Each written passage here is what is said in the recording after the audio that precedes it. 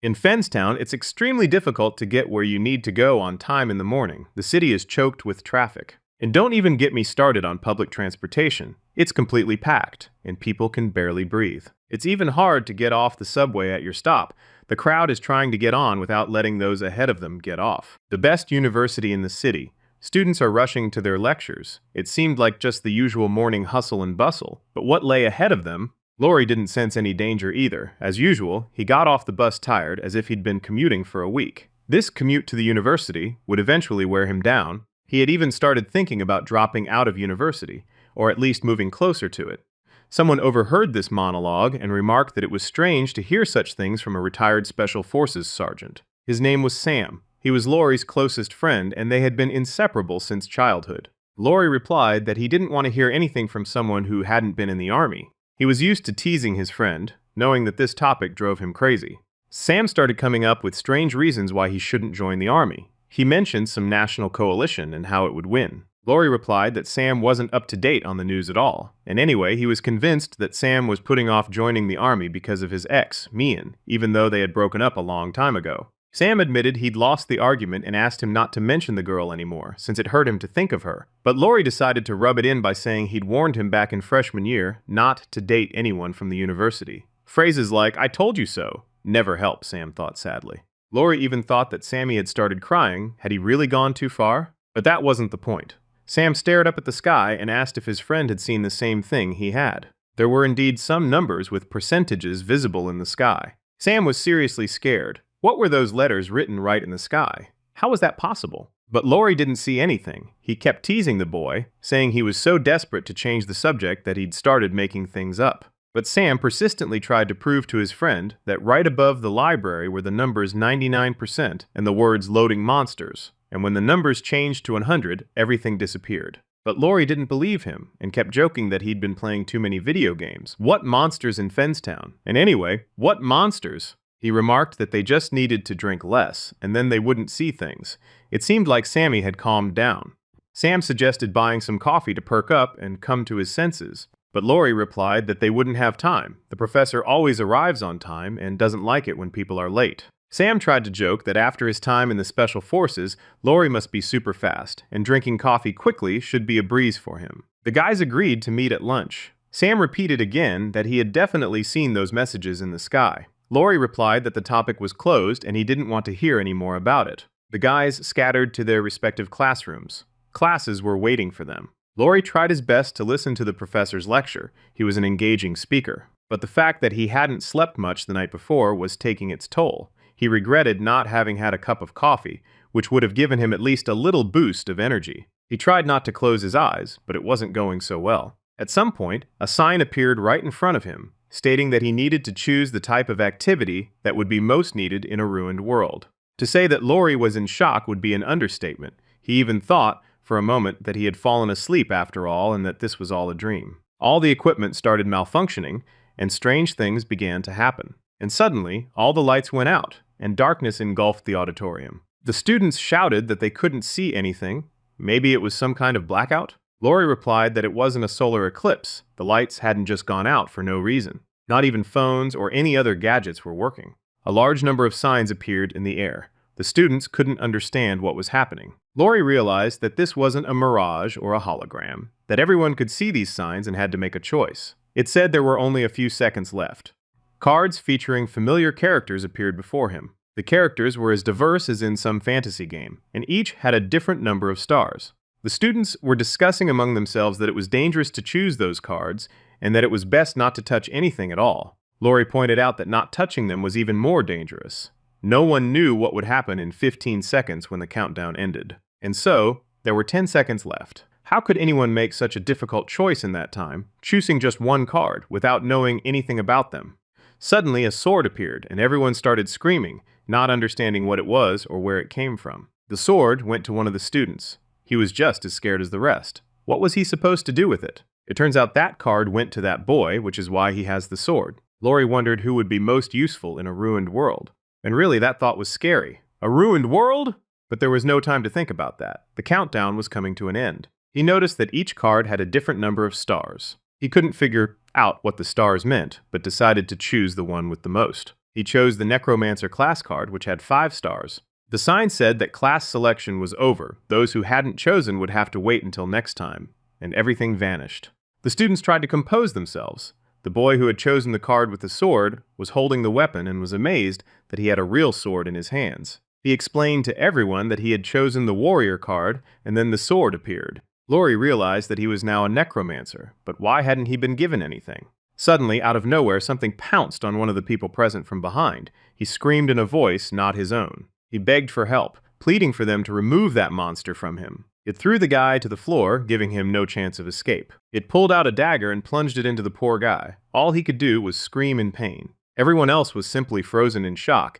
They didn't know how to help their friend, and they just watched as he died. The bloodthirsty little monster laughed, towering over the dead student. It licked the dagger clean of fresh blood. It wasn't a pleasant sight. It looked very creepy and repulsive, even though it was small. Everyone else realized that the monster was about to turn on them and that they needed to run. Only Lori remained, alone with the bloodthirsty killer. The boy had no idea what to do. He knew that if he made even a single move, the monster would pounce on him immediately. But standing there forever wasn't an option either. But the monster decided it wouldn't wait for Lori to come up with a plan. Everyone rushed at Mins, the guy with the sword. They shouted for him to use it. He was the only one with any kind of weapon. Lori also shouted for him to help, otherwise they were all doomed. But he just stood there, frozen with fear. Lori was getting really nervous by now. He repeated, using profanity, whether the guy was going to help or not. But Minsu kept clutching his sword and replied that he wasn't going to do anything. He was paralyzed with fear. It looked absolutely despicable. At that moment, Lori realized he was done for. That coward wasn't going to help. The monster lunged toward Lori. He should have run away sooner. Lori remembered how that poor guy had stood with his back to the monster, and the monster had pounced, so he knew he couldn't turn around. The guy swung his arm hard and struck the monster. It was spectacular. He had definitely attacked it first. But the monster stayed on the floor with the help of its blade.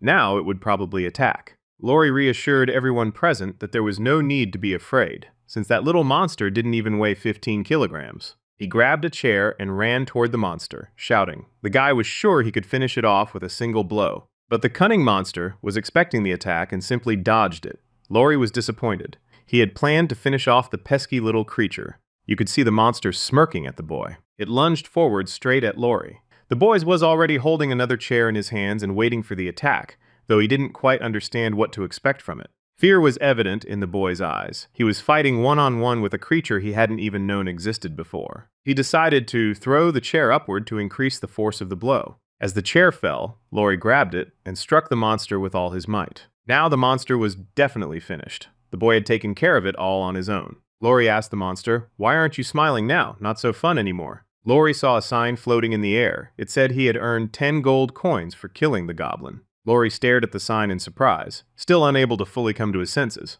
Everyone else there was standing there too, unable to believe that this was all real. It all reminded Lori of some kind of computer game with gold and goblins. The sign said that he now had control of a first-level goblin skeleton.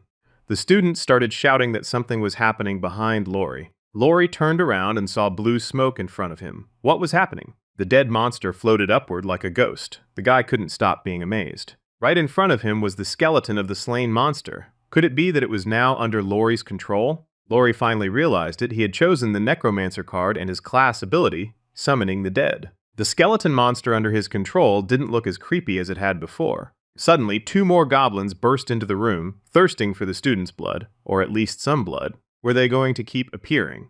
But now Lori could send the skeleton into battle. The students began to scream. They thought the monsters were finished. The skeleton turned to Lori and waited for orders. It would do whatever the boy said. Lori ordered him to fight the enemies. He wanted the skeleton to kill them for him. The skeleton's eyes glowed blue. He had received the information. The goblins were a little shocked. Why was someone like them, yet dead, coming against them? The skeleton attacked one of the goblins. He practically pierced his chest with a blade, but only managed to wound him. With difficulty, the goblin managed to push the undead back. Now 2 goblins rushed at the skeleton and mercilessly struck him, but so far the skeleton was fending off all their blows. One of the goblins sliced off the skeleton's arm with his blade, and it flew away. The skeleton was thrown off balance and now had to defend himself with just one hand. Injured, outnumbered 2 to 1. Things were looking bad. Lori realized he had to help the skeleton somehow. If it lost, he'd have to fight 2 of them alone. He thought that they weren't all that tough opponents and were as small as children. He could easily handle them if he had a weapon.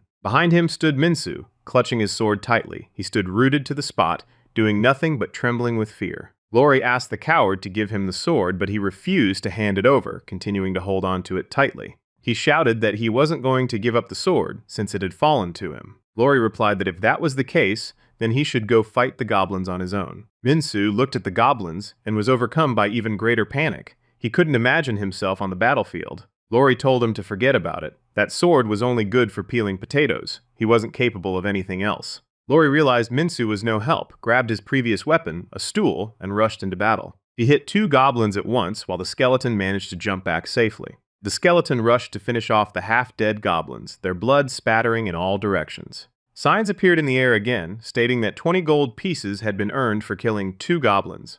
After the battle, Lori and the skeleton looked at each other. The boy couldn't get used to everything that was happening. Now he was a necromancer and had his own undead under his control. Lori asked the skeleton to turn away from him as he found it unpleasant to look at him. The skeleton lowered its head.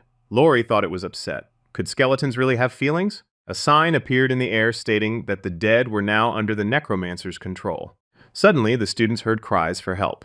A girl told the director she couldn't get through to the police, and he tried to calm her down. Lori realized that attacks were happening all over the university. The curtains were closed, but through a small gap, he could see red light streaming into the room. Lori opened the curtains, and the entire room was immediately flooded with red light. It seems that the attacks are happening not only at the university, but possibly throughout the entire city. People looked out the window in fear. What was happening out there resembled some kind of apocalypse. It occurred to Lori that the attacks were probably not just in their country. They were happening all over the world. One of the teachers came into their classroom and shouted that they couldn't stay there. They agreed and decided to run to the parking lot, thinking it would be safer there. But as soon as the students left the classroom, danger awaited them in the darkness. Goblins were waiting to attack.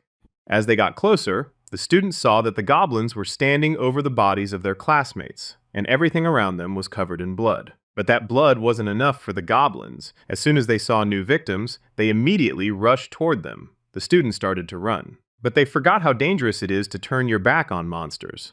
One of them lunged straight at the fair-haired girl. But she was extremely lucky. Just at that moment, the undead under Lori's control rushed to defend her. Lori shouted to his friends to run, saying he would hold off the monsters and maybe even defeat them. More precisely, his skeletons would do that. It would be nice if Lori had some kind of weapon, too. The students set off to find a safe place, though one might think there isn't one anywhere right now. Lori called after them to stay together. It was safer that way.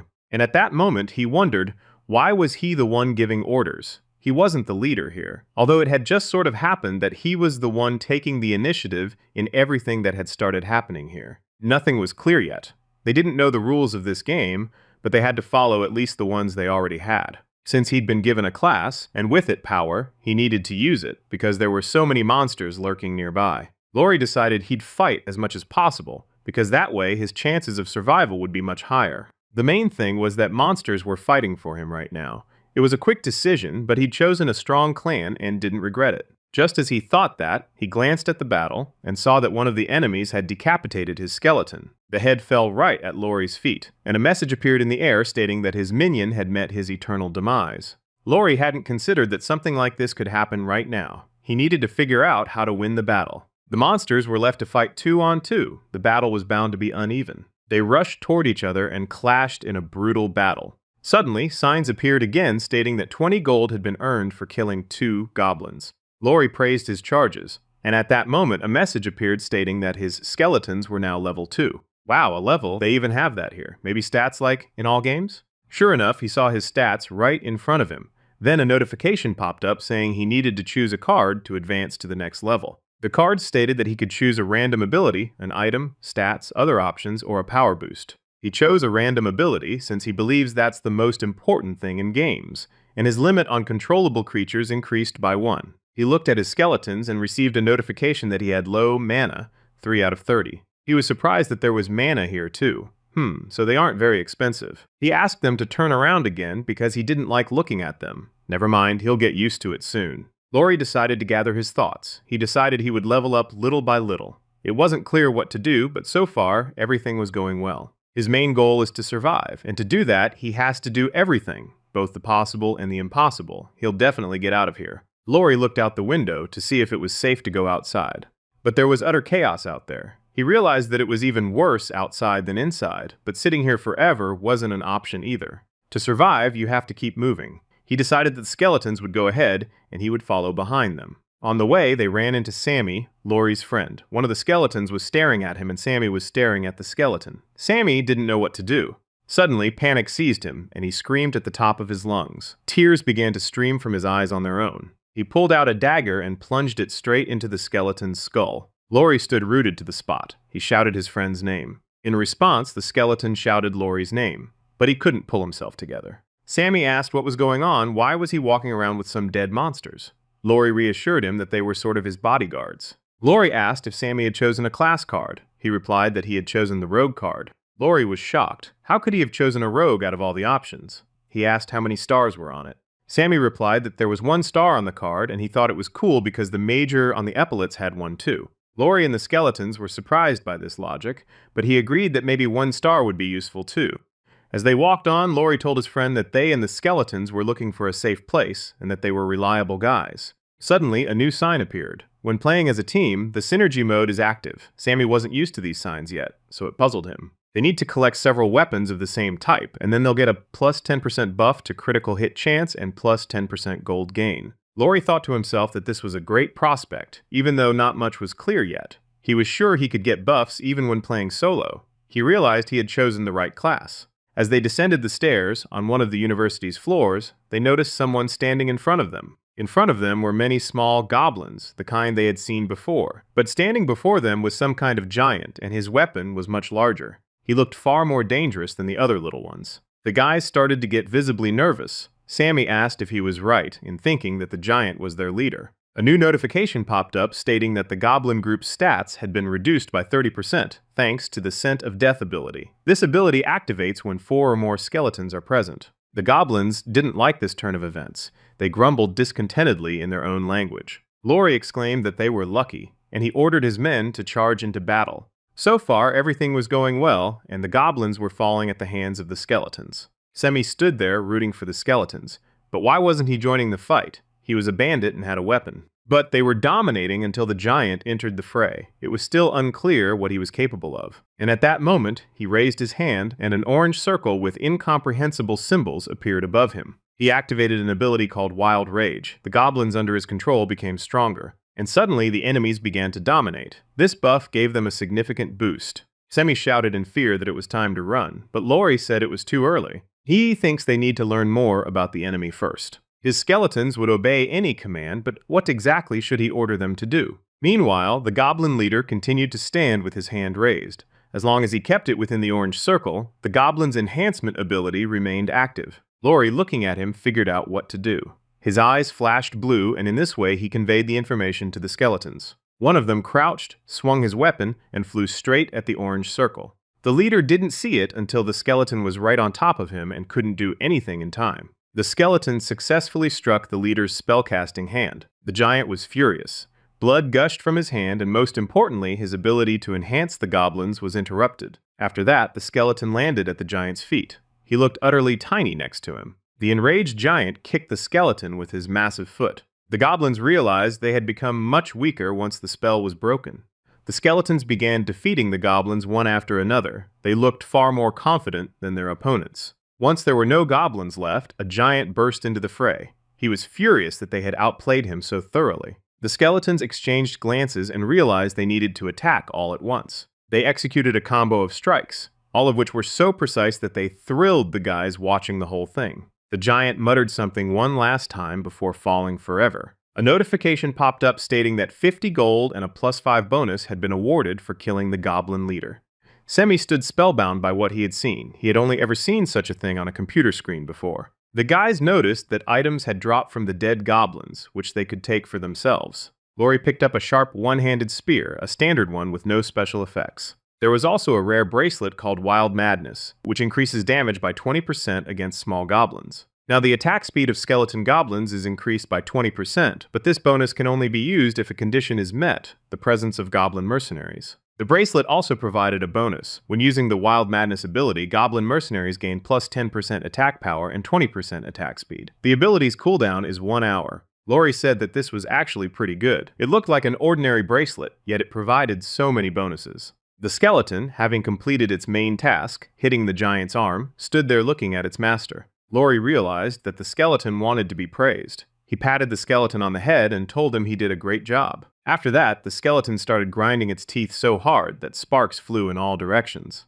The boys found the sound unpleasant. Sammy even covered his ears. Lori asked the skeleton not to do that anymore. It seems that's just an expression of joy. Sammy asked where to go next. Lori said that the most important thing right now was to get out of there, and after that they would figure out where to go. In one of the corridors, the boys saw people. Everyone was standing and talking to each other. Lori ordered the skeletons to hide. There was no need to scare people unnecessarily. Sammy sarcastically said that Lori hadn't thought about him, and that he'd been scared when he first saw the skeletons. They saw Vance standing there, calming everyone down. He announced that they had contacted the police, and the student council was currently working to figure out what was going on. The blonde woman shouted that the student council was powerless against monsters, just like the police. She demanded that they open the doors immediately. Vance refused, saying the doors would remain closed no matter what. The girl kept screaming. She didn't understand why he was in charge of everyone, and deciding whether the doors would stay closed. Lori and Sammy approached Vance and listened to what he had to say. Lori whispered to Sammy that for Vance, reputation was more important than anything else. And they wondered how such a womanizer had been elected to the student council. The guys walked up to the door, wanting to slip out unnoticed. But Vance saw them and started screaming like a madman that no one was allowed to leave the room. The guys froze at the sound of his shouting. Lori decided not to open the door, though if he'd really wanted to, no one would have stopped him. Vance calmed down in an instant and apologized to the guys, saying he'd gotten a little worked up. No one knows what's going on, but he assures them that everyone here is safe. Lori whispered to Sam that Vance was taking on too much. He'd be a hindrance to them. Vance asked Lori if he had picked a card, and the boy said yes, and Sam had too. Lori asked if he remembered Sam, and he replied that he'd seen him a few times, but he couldn't remember everyone because he rarely went to class since he was so busy. Vance suggested they stay here and help out however they could. Another plus was that the guys had weapons. They agreed. He also asked what class Lori had chosen. He figured he was a warrior or something like that, and was glad he'd have someone to fight with. He didn't let him answer, jumping to conclusions himself, and the guy didn't argue. Vance started bragging that he'd already killed goblins, and that it was hard to do even with a weapon, and how good it was that he'd chosen the card with 2 stars. He's a warrior defender, and he added that if danger arose, they could hide behind him. The guys chuckled to themselves and agreed with stony faces. Suddenly, Minsu ran up and reported that he had just heard goblins coming from the direction of the stairs. Vance calmed everyone down and sent them to the cafeteria, saying that those with weapons would defend them. Lori called Sammy over to tell him something. They approached the door and couldn't figure out what was happening to them. A message appeared on the door stating that it was sealed by magic. They had to defeat the monster boss to open it. Then a timer appeared with the message. If they didn't succeed within 2 hours and 11 minutes, the monsters would become stronger. The guys were in shock. How could there be so little time for the boss? And what would happen if they didn't kill him within the allotted time? Would everyone die? The guys decided they had to follow the instructions. It was unlikely anyone would come to their aid. Lori thought that anyone who couldn't take everything that was happening seriously would be dead. Vance asked Lori if he knew this guy, since they were the same age, so they must know each other. Minsu replied for Lori, sounding annoyed, that they did know each other. Vance said that was great, and he'd feel more at ease with the 2 of them because the 3 of them would have to protect everyone.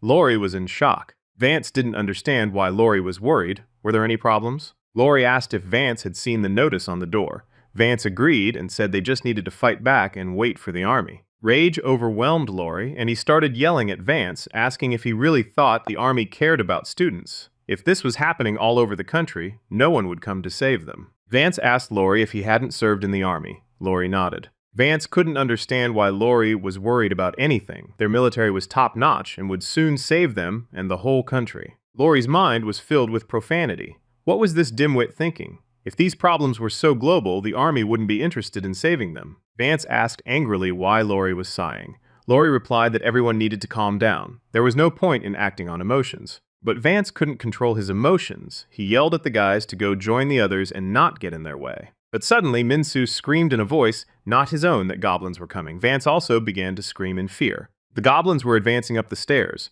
It was too dark to see exactly how many there were. Through the cafeteria windows, everyone saw the monsters. Vance shouted that they needed to defend the cafeteria entrance. Minsu glanced down the hallway and shouted that goblins were coming from there too. They were Laurie's skeletons, waiting for orders. They were ready for battle. Vance stood there, terrified by the goblins' appearance. Laurie forbade him from touching the skeletons. He said that even though he had good intentions, he was a bad leader and they would all die with him. Vance was naturally outraged. He considered himself the best and wasn't used to hearing criticism. He asked Laurie what his class was. Laurie's eyes blazed with a blue flame. He replied to Vance that he had the best class. The skeletons have activated their Scent of Death ability, reducing enemies' stats by 30%. The goblins were seriously freaked out. They were expecting easy prey as usual, but now some skeletons were reducing their stats. Laurie's face was very mysterious. He was no longer just an ordinary student, he whispered. Let the hunt begin. In the cafeteria, everyone stood watching what was happening through the windows. Vance didn't understand what was going on. Why were goblins fighting other goblins, but some of them didn't look alive? Meanwhile, a real bloodbath was taking place on the battlefield. The skeletons were defeating the goblins. Even Laurie was killing goblins with his new spear. He did it as if he were born for it. Two cowards stood there trembling with fear. They were thinking of running as far away as possible and couldn't understand how Laurie was fending off the attack all by himself. The goblins decided to flee, since they saw they couldn't defeat the skeletons. Laurie ordered the skeletons to block the stairs so they couldn't escape. They obeyed the order instantly. Laurie shouted for them to hold their ground and hold them back as long as they could. Laurie thought about what was needed for the others to see that he could command the skeletons.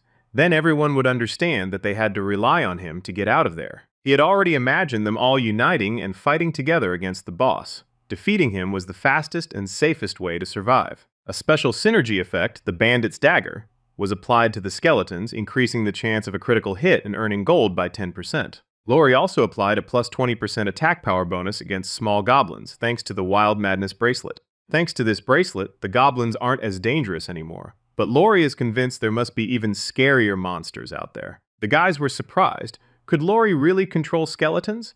Venz didn't like admitting that someone was cooler than him.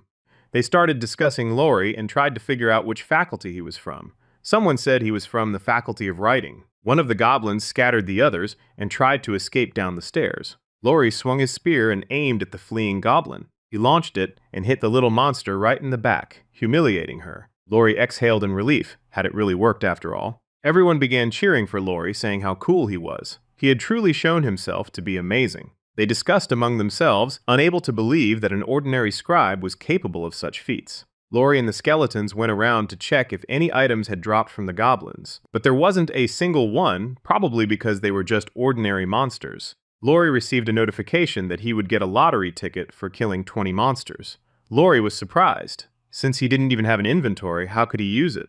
The skeletons approached Laurie again with pleading looks, hoping he would praise them. He told them they had done a great job. The skeletons began to grind their teeth eerily again. The sound drove the guys absolutely crazy. They turned to everyone and walked away like winners, and the two cowards stood there, unable to accept just how cool Laurie was. Laurie decided to rub it in a little more. He turned to Vance and asked if he thought Laurie had been useful after all. Vance turned red with anger. But he said nothing. What was there to say? It was clear to everyone anyway. Laurie asked everyone if they'd seen the notice on the door saying no one could enter or leave. Everyone started shouting, "What do we do? How do we get out of here?" Laurie pointed to the door and said that the solution was written there and that the monster boss was somewhere nearby. Even the mere mention of the monster boss sent a chill down everyone's spine. Laurie continued, saying they had about 2 hours left to defeat him. If they failed to defeat him, no one knew what would happen, but it clearly wouldn't be anything good. Since the boss was here, it was unlikely they could hope to survive. One of those present reported that he had already encountered the boss. He had gone out to smoke on the roof, and a huge monster appeared there and killed their professor. Laurie shouted, "The roof! Now they know where the boss is and have a target. That's great." Laurie asked everyone present if anyone wanted to go with them, but as he'd expected, everyone remained silent. Even Sam mumbled that he'd rather stay with everyone, but Laurie said no way, since he had the power of his skeletons. Sam offered him his dagger, but Laurie refused. He needed at least some support. Suddenly, a girl interrupted their conversation with a question. She was curious about what would happen after they defeated the boss. She continued, saying that the boss could be reached through the corridors. Her name was Edeline, and she had chosen the Tiger Hunter's card. Elaine added that she didn't understand why they needed to bring those cowards along when Lori had skeletons, real warriors. The guys were shocked by this statement. This girl is braver than all the guys here put together. Lori replied that they don't know how strong the boss is, so the more people, the better. And then he remembered Vance, who acts like he's the toughest guy around. Let him come with them too. But Vance got scared. He said he had to stay here because goblins might come, and someone had to protect everyone. Lori realized that the coward wasn't going anywhere, so he just agreed. And maybe it's for the best. He won't be getting in the way. With such a small group, they set off to find the boss. The sooner they went, the sooner it would all be over. Semi was visibly nervous, and Edeline tried to cheer him up. She said they needed to focus on the task at hand. Worrying was getting in the way. But their conversation was interrupted by danger emerging from the darkness.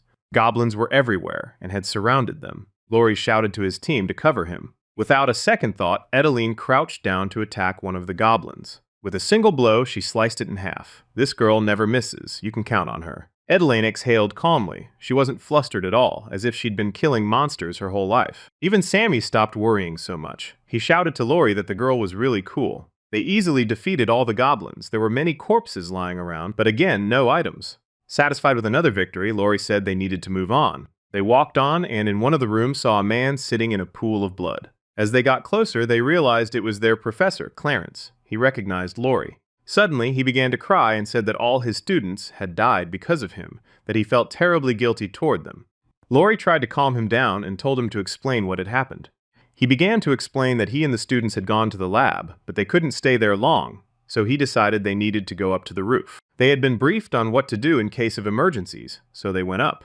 But there was a monster there, more terrifying than anything they had ever encountered. He blamed himself for the fact that the children had trusted him, and he had led them to their deaths. The professor could barely speak. Blood was spurting from his mouth, but he added that under no circumstances should they go up to the roof. His last words were that Lori must survive. After that, his head fell forward and the professor died. A new quest card appeared titled Revenge for the Professor. The objective was to kill the monster boss. The reward was an exclusive skill. He could either kill it or turn a blind eye. At the end, it said that the choice would affect his fate. Lori wondered, what fate? Could a single decision really change his life? He also had to keep the countdown in mind. Lori was upset and couldn't understand why all this was happening to them. Lori headed straight for the monster boss's room without hesitation, while Sammy tried to stop him. They went in anyway. Whatever awaited them later, they looked really cool. What they saw inside shocked them. Corpses lay everywhere, and goblins had lit a bonfire and were burning the dead. Lori couldn't believe his eyes. You didn't even see stuff like this in video games.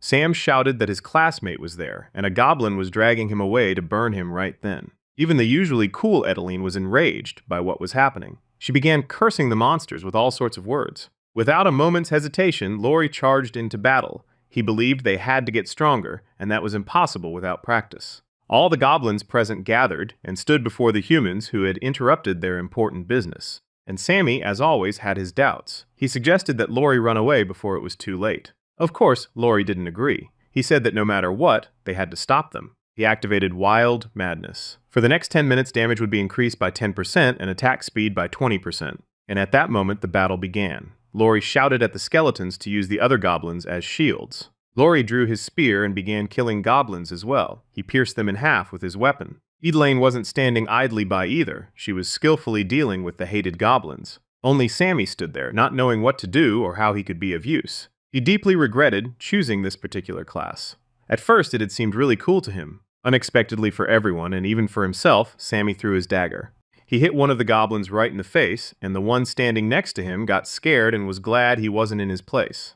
Sammy remembered that he was a master at throwing. During breaks at university, he would throw and juggle various objects, no matter how much the professors disliked it. He continued to hurl daggers at the goblins, sending them into an eternal sleep. Sammy grew bolder right before everyone's eyes. He realized he had found his talent. At that moment, the scent of death was activated. The enemy's stats dropped by 30%, but the fight was interrupted by an extremely loud crash. Someone was overturning furniture with tremendous force. Even the goblins were scared. What else was in store for them? They weren't winning anyway.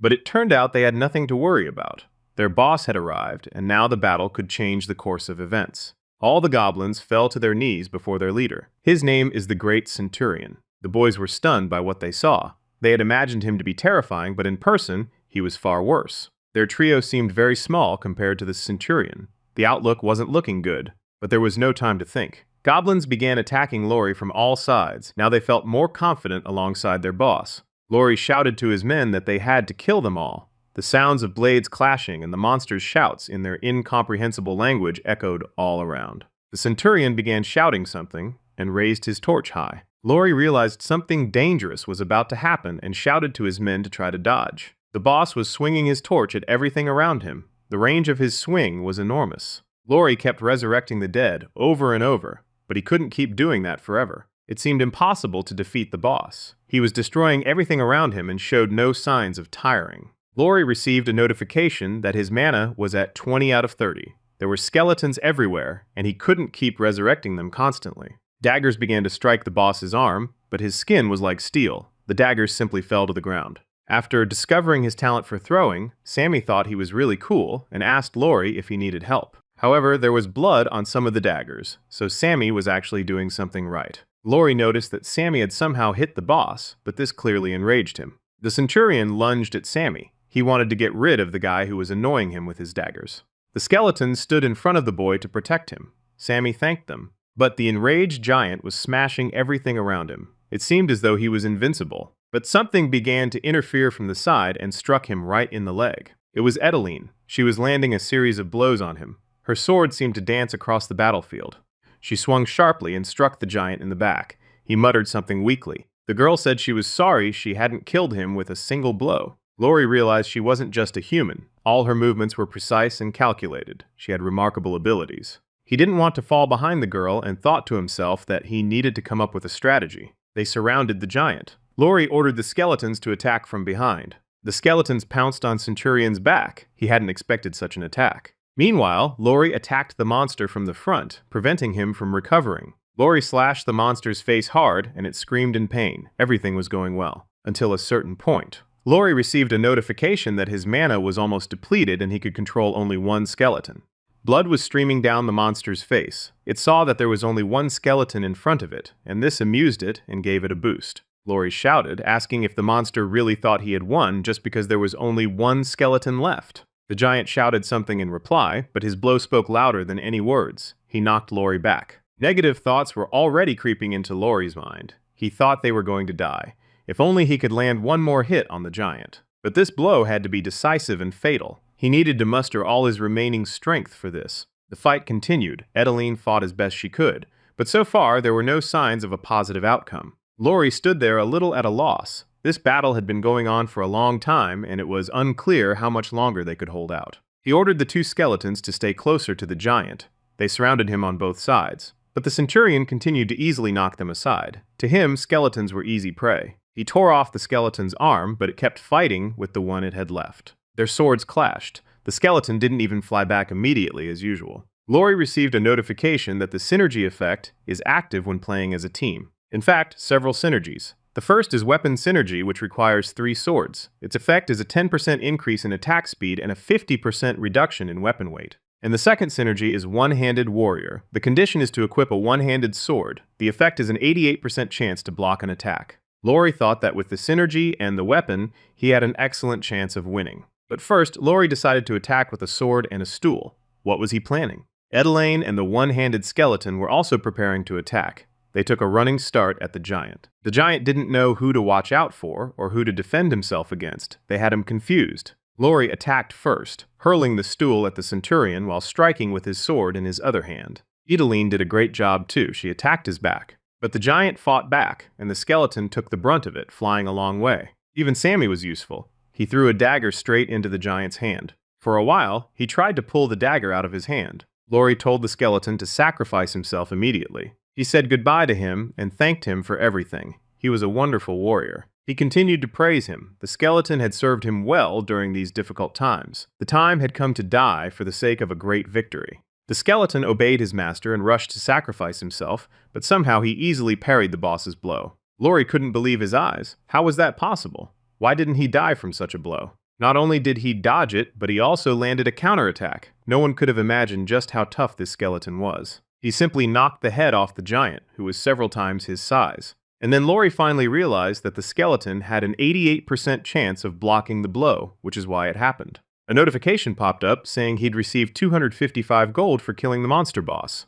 and a new level was gained, the third. Sammy asked, wondering what this skeleton had been doing before it died. Lori thinks it was just an ordinary goblin. After this battle, the skeleton became much stronger. It absorbed the monster boss's magic. Its defensive power increased significantly, and a new trait was added, Commander. And depending on the number of team members, you can achieve organized synergy. A mark has appeared on the skeleton's forehead. Now it is a second-level elite goblin skeleton, and its category is Undead plus Commander. Lori thought to himself that now this skeleton could form platoons, squads, and units just like in an army. He needed to increase the number of subordinates as quickly as possible. Semi and Edeline noticed that their levels had risen to third. Edelin asked how Lori was doing. He replied that his level had also gone up. When she reached the second level, she wondered which card to choose.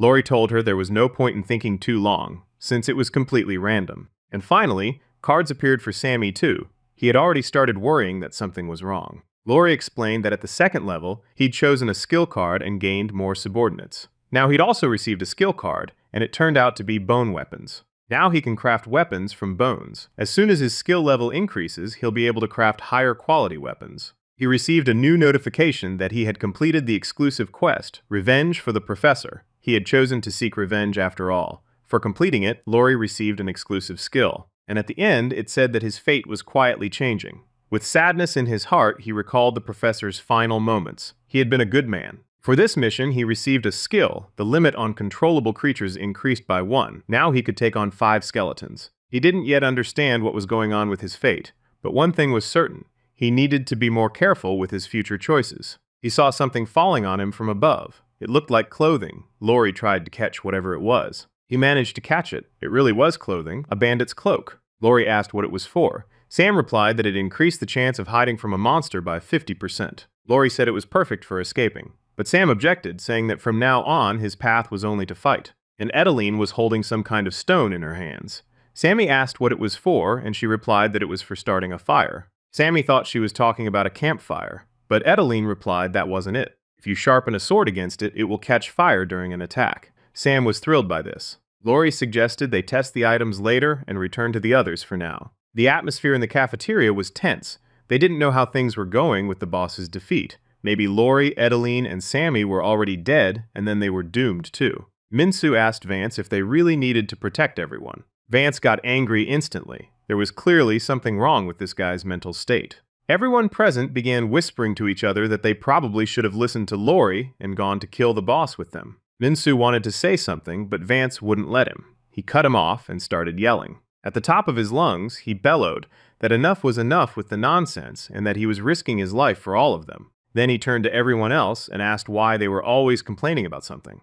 He started kicking out anyone who wanted to die and couldn't understand why he had to suffer because of them all. They couldn't understand why they had to go anywhere or why he was yelling like that. But he kept yelling that there was no place here for anyone who was unhappy. They should go up to the roof to help Lori. Everyone was already fed up with this upstart Vance. They asked why he was giving orders. He replied that it was because he was protecting them. They laughed and said that those on the roof right now were the ones protecting them. Then Vance started talking about how he spent his whole life trying to hold back his anger when talking to idiots. But here he just couldn't hold back anymore. That speech just outraged everyone. One of the guys almost jumped on that upstart Vance. He started yelling at Lori, saying that he wouldn't be able to protect everyone, that everyone who went up to the roof would just die. And then everyone's faces just froze. What had shocked them so much? Vance couldn't understand why everyone had fallen silent, and someone was already standing behind him. He turned around and nearly wet his pants. He saw little skeletons of Lori in front of him. Lori asked him, "Do you really want him dead?" He was too scared to say a word. Lori walked over to the door, where the same timer chart was still hanging. He tried to open the door, and then suddenly the sign crumbled into pieces. The timer was gone. Vance sat there, confused and shocked. He couldn't figure out how Lori had managed it. Lori told Vance that he was starting to get in the way. That line sounded so cool because Vance had said it to Lori before. He had just crushed the guy with his own words. Finally, Lori asked if there was anything he wanted to say to him. Vance didn't know what to say. He was so humiliated and at a loss. But the others started speaking for him. They called Vance all sorts of nasty names, saying he was pretending to be a leader when he was really just a loser. But Lori decided not to pay much attention to it. They walked through the previously closed door. They looked around, but the room was empty. Lori turned to everyone else and motioned for them to follow him, saying it was safe there. When they stepped out, they saw a large number of corpses in front of them. Lori realized that the goblins had killed them. But where were they now? Could they really be hiding on campus? Sammy happily exclaimed that there were other people there, but Lori was a little wary. But without hesitation, he set off to meet them. The guys were also standing warily, though one of them greeted them happily. Lori saw blood on their weapons and realized that they, too, had survived the battle. Vance started pushing everyone standing in front of him aside and repeating the name Colin. A handsome guy asked Vance if he was okay. It seemed like they were on good terms. At least someone treated Vance normally. He replied that he was extremely happy to meet him on a day like this and knew they were bound to run into each other. Edelin said to Lori with a frown that this was Colin, the student council president. Vance started whispering something in Colin's ear, but it probably wasn't anything nice. Edelin and Sammy noticed that they were definitely talking about Lori, but Colin approached them in a friendly manner and introduced himself. He didn't seem mean or obnoxious like Vance. He said that everyone had suffered enough today, and it would be better for everyone if they joined forces. But he still asked about the skeletons, who they were, and why they were with them. Lori replied that it wasn't hard to guess that they were the result of the clan's card selection. But Colin was outraged. How could he have chosen monsters that kill people? Lori realized that he wanted everyone to consider him dangerous because of these skeletons. Colin continued, saying that if he wanted to join them, he would have to get rid of the skeletons. Lori was outraged by this demand. He asked what would happen if he refused. But Colin continued his manipulation. He asked, "Are you really going to choose the dead over people? We don't want to live alongside the dead." Even Sammy didn't like Colin's remarks, although in a way he was right.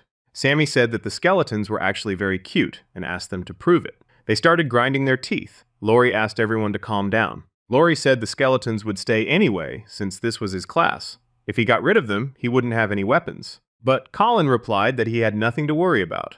They would protect him. He said he was giving him one last chance. Lori had to kill the skeletons, and then he could stay with them. But Edeline interrupted the conversation. She shouted angrily, asking where he got the idea that they were so eager to join them. Just because he was the student council president? That didn't make him better than anyone else.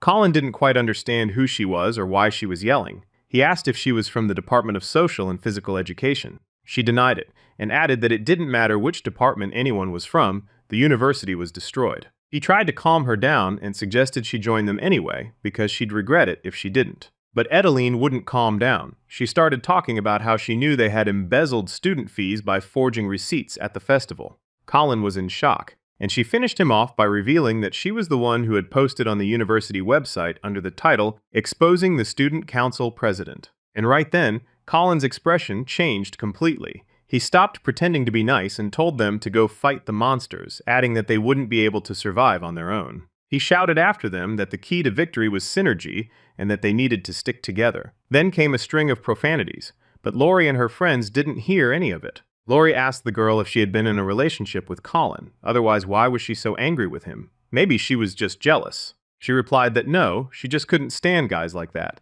He had used and then dumped many girls. She considered him a rotten person. Sammy was very upset by this information about the student council president, but Lori replied that it didn't matter now. Their main task was to get off campus. Edelin added that they needed to avoid crowds, since monsters love such targets. Lori suggested not going through the main entrance, so they'd run into fewer people along the way. And they set off. It was very quiet all around. Sammy said the atmosphere was depressing. Lori asked everyone to be quiet. They didn't understand what had happened. There was indeed something at the top of the stairs, but from a distance it wasn't yet clear what exactly it was. The first thing they noticed was a large axe with blood dripping from it. But when they looked up, they saw a huge red monster in front of them and a dead goblin beneath it. Lori and Edeline were simply on guard. But Sammy was terrified. He shouted that this monster was bigger than the boss monster they'd spent so long killing. Lori realized it was an orc, but it wasn't clear yet what to expect from it. He looked up at the sky and began screaming at the top of his lungs. It was a sight not for the faint of heart.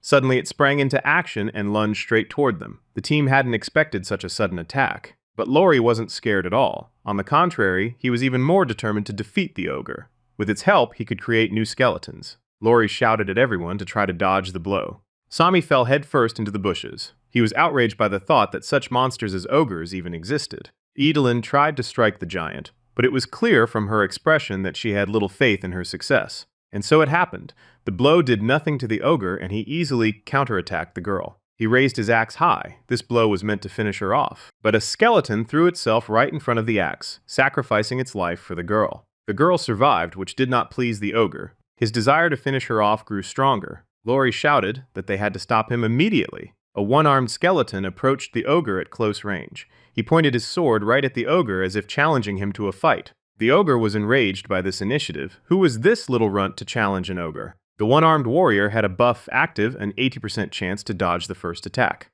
The skeleton crouched down to the ogre's height and wounded him in the shoulder. He was the first on the team to manage to even wound the giant. Then the skeleton landed another series of blows, knocking the ogre to the ground. Lori called out to Edeline, telling her to climb up because they needed to get to level ground. Edeline listened to Lori, but she couldn't figure out how the ogre managed to parry every blow so easily. They moved forward. Lori told everyone not to get too close to the ogre. They had to fight it just as they would a boss. Blood was pouring from the ogre's chest, but that didn't stop him from getting up and searching for them to kill. It wasn't hard. The team was standing right in front of the stairs. They were waiting for the ogre and had no intention of running away. Lori shouted that they needed to stick to the plan. Sacrifice the skeletons first. There are a lot of corpses. We need to keep an eye on our mana. The ogre stood among the trees, surrounded by skeletons. Standing opposite him was their commander, a one-armed warrior. Semi shouted charge and began throwing daggers at the ogre. The skeletons also launched a combo of attacks. Their commander was directing them brilliantly. It was hard for the ogre to fend off all the attacks at once, especially with the daggers flying at him non-stop. Two skeletons served as a diversion. They pounced on the ogre. He easily crushed them both, letting out various terrifying screams. But after that, two more skeletons leaped onto his arms, restraining his movements. At that moment, Lori and Edeline burst into the fight. They had planned everything so perfectly. Edeline tried to attack from the front, but the ogre parried the blow. But she didn't lose her composure and attacked again. Only this time, she struck the giant in the leg from behind. The ogre hadn't had time to recover from Edeline's blow. He was down on one knee, and then Lori attacked him from the front, chopping off the monster's arm. The ogre knew his end was near. He hadn't expected such coordinated work from ordinary people. A one-armed skeleton was flying at him from above. He finished off the half-dead ogre with a blow to the neck. Its blood spattered in all directions. Lori received a notification that he had earned 110 gold for killing the ogre commander. Lori was surprised that the ogre was a commander, since the battle hadn't been particularly difficult. Or maybe it was because of their coordinated teamwork. Lori tried to claim the ogre's corpse, but a notification popped up saying he couldn't do so yet, because his level was too low to summon mid-level monsters. Lori asked why Edeline had chosen the Tiger Hunters card in particular.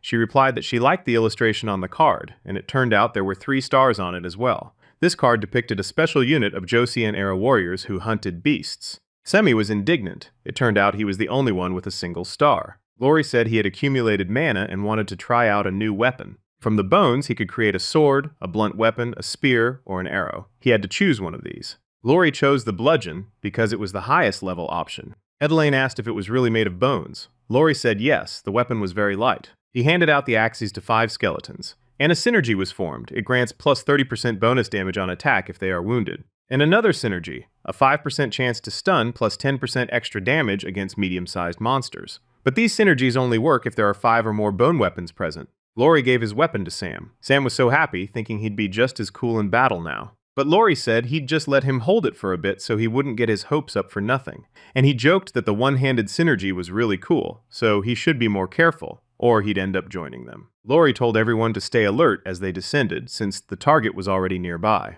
Lori shouted that there was something above the cars. The guys looked over there, extremely excited. There was another countdown sign waiting for them. It said they had to kill the monster boss to proceed, as the entrance was sealed with powerful magic. If they didn't succeed within the allotted time, all the monsters would receive a double boost. They received a notification that the orc troops were beginning their hunt. They needed to choose a suitable spot to meet them. Orcs have a keen sense of smell and love to attack large groups. Lori asked fearfully, "Are they really hunting us?"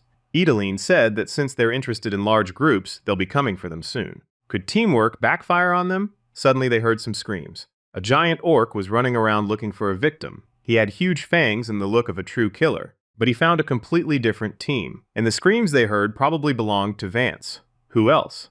They realized that the student council group had been attacked. Sammy said how good it was that they weren't with them. Lori added that it turned out it wasn't always good to be in a group. Lori realized once again how good it was that he had chosen the necromancer clan. To fight well, he didn't have to be on a team with anyone. They received a notification that the first wave of raids had begun. 5 orcs right now. Lori figured the student council could handle it. But at that moment, they heard growling very close by. Sammy noticed that the orcs were running straight toward them. All 5 orcs appeared right next to them. It wasn't clear yet what to do next. But Laurie, as always, had an idea. He suggested using the terrain and the skeletons. It would be a trap. The orcs were thirsty for blood. They were moving in search of people. Along the way, they destroyed goblins, but that was too small a prize. Semi jumped onto the car and stood right in front of the orcs. Had he really mustered up the courage? He started shouting various insults at the orcs, drawing their attention. Without hesitation, they lunged toward the boy. The orcs were so desperate for human blood, and this one was even playing the fool. Perfect prey. But Sammy hid right behind the car. They didn't have time to reach him and only slammed into the car door. The team opened the other car doors, and the orcs crashed into them at full speed. Beaten and bewildered by their own charge, the orcs sat on the asphalt, unable to come to their senses. Laurie shouted that now was the best time to attack. The skeletons handled their new bone weapons perfectly, mercilessly beating the orcs. The orcs were already regretting that they had attacked these people. They turned out to be extremely quick-witted. Laurie shouted that now was the time to finish them off. All 3 of them, weapons in hand, lunged at them to deliver the final blow. And they succeeded. It all happened very quickly and skillfully. They received notifications that they had been awarded gold for killing 5 orcs, plus an additional 100 gold for defeating the first wave of monsters. Their levels were also raised to 4, and Laurie received a notification that the number of followers had increased by 2. But he couldn't figure out why he had 7 followers, yet his mana was still at 50. Semi got a new skill, Rapid Slash. He couldn't figure it out. Was this something specifically for a dagger? Laurie looked at Edeline. Her hands were glowing. He asked what she had gotten. She replied that she had chosen Strength and it had increased by 2 points, but she felt as though her whole body had heated up. The boost to the attribute was truly noticeable. Laurie asked Sammy to return the sword. He needed to use the dagger to continue developing. From a distance, they could see something burning. It was strange, but people were already getting used to such things. The team moved on, but suddenly they heard some loud noises. Laurie told them to listen for where they were coming from. They followed the sounds and saw orcs destroying a bus. Why would they do that? Laurie and her friends thought there were people inside. They counted 7 orcs. They saw weapons being brandished from the bus from time to time. Laurie said it looked like someone was trying to defend themselves with a spear through the window. They won't last long and will die. Edeline said she couldn't just stand by and watch this happen. We have to help those people. She came up with a plan. They need to go around the bus and attack from both sides. It should work. But Laurie isn't sure the strangers will come to their aid, especially since they're scared. In a situation like this, it's hard to count on anyone. Laurie shouted that they need to show these orcs what civilization is. But no one understood what he meant. What kind of civilization? The orcs were successfully breaking through further and further. Just a little more and they'd reached the people inside. Inside the bus, one guy was yelling at another. He couldn't understand how the other guy couldn't hit the orcs even once. Why did they even give him a spear in the first place? The guy being yelled at looked terrible. He looked like he was on the verge of a nervous breakdown. His name is Adam. He's the spearman. The other guys looked even worse. They were sobbing, cursing endlessly, and convinced they were about to die. Suddenly, something distracted the orcs. They turned around. A vehicle was heading straight for them, its bed loaded with skeletons carrying weapons. The frightened people inside the bus watched the orcs die. They couldn't understand what was happening. Neaton shouted at the spearman to explain what he was seeing through the window. Adam said he saw skeletons. The skeletons easily finished off the orcs that had just been run over by the car. Those on the bus couldn't understand why the skeletons had appeared or why they were helping them. They noticed that it had grown quiet. The silence was just as frightening. Either everyone had left, or a new wave of attacks was about to begin. One of the skeletons appeared at the window, terrifying the already frightened passengers. They screamed for the skeletons to go away. Who would ever think these creatures were on the side of good? Sammy was banging on the door and begging them to open it. He kept knocking and shouting that they were people too and had nothing to worry about. They had saved them. Finally, they heard him and opened the door. It was quiet all around. It seemed safe. Everyone on the bus hugged each other and couldn't believe they had survived. Laurie took the axe from the skeleton and tried to smash the vending machine. Laurie couldn't understand what the man was doing, why he was destroying property. He replied that he really wanted a drink but had no money. Since the world was spiraling into chaos, no one would care about a soda machine. Nate told Sammy to step back and that he'd take care of it. But when he walked over to the machine, he realized that Sammy had broken it. Meanwhile, Laurie and Adam were talking about much more important things. Adam was explaining how to get items. Some device dispenses items in exchange for gold. They only tried it once because they didn't have any more gold. As Adam put it, the thing looked like a regular TV. Adam explained that if you followed the instructions, you could get an item. Sammy handed out cola to everyone and said that the thing was like a store. Lori agreed. The screen said that the E-Class store welcomed them and that they needed to click somewhere to continue. A menu appeared on the screen where you had to choose bronze, silver, or gold. Bronze was the cheapest, gold the most expensive. The quality of the items would correspond to that. Sam couldn't believe that an item could actually pop out of there, but Lori replied that if a sword could fall from the sky, why couldn't an item pop out of the screen? But to find out for sure, they had to try. The screen urged them to hurry up and try their luck. Sam said he had 360 gold, and Edeline had 584. They asked, how much does Lori have? The answer shocked them. He had 1,552 gold. That would be enough for him to buy silver. Lori thought about how lucky he was to have been able to kill so many monsters, and now he had a wonderful chance to use his accumulated funds. Then a notification popped up saying he could try his luck and play one ticket with no restrictions. Sam couldn't understand why Lori had bet as much as 10,000 gold. Lori pressed start. He really hoped that luck would smile on him. Everyone was in shock. He had won the item that was the top prize in the entire roulette. It was an item called the Tear of the Spirit, a legendary tier item. It increases mana by 300 and grants plus 200 to mana regeneration. Lori couldn't believe his luck. Mana was exactly what he'd been lacking. Sammy asked Lori if maybe he should try his luck with the silver now, but he replied that spending money again was foolish. But he couldn't stop himself. That's just how he is. He rolled a serpent bearer's shield, and Edeline got a punishment sword. Sammy was upset that he'd gotten the worst item, a C-class potion. Lori told him it was a great item and he shouldn't be whining. Edeline interrupted the guys and told them that chaos was breaking out on the grounds, and they needed to go help. Sammy said they'd go on to show what civilization really is. Now he understood the meaning of those words. But Lori replied that this time they'd be taking a few more things with them. This guy sure knows how to surprise you. And chaos was indeed breaking out on the square. People were trying to flee from the orcs and calling for help.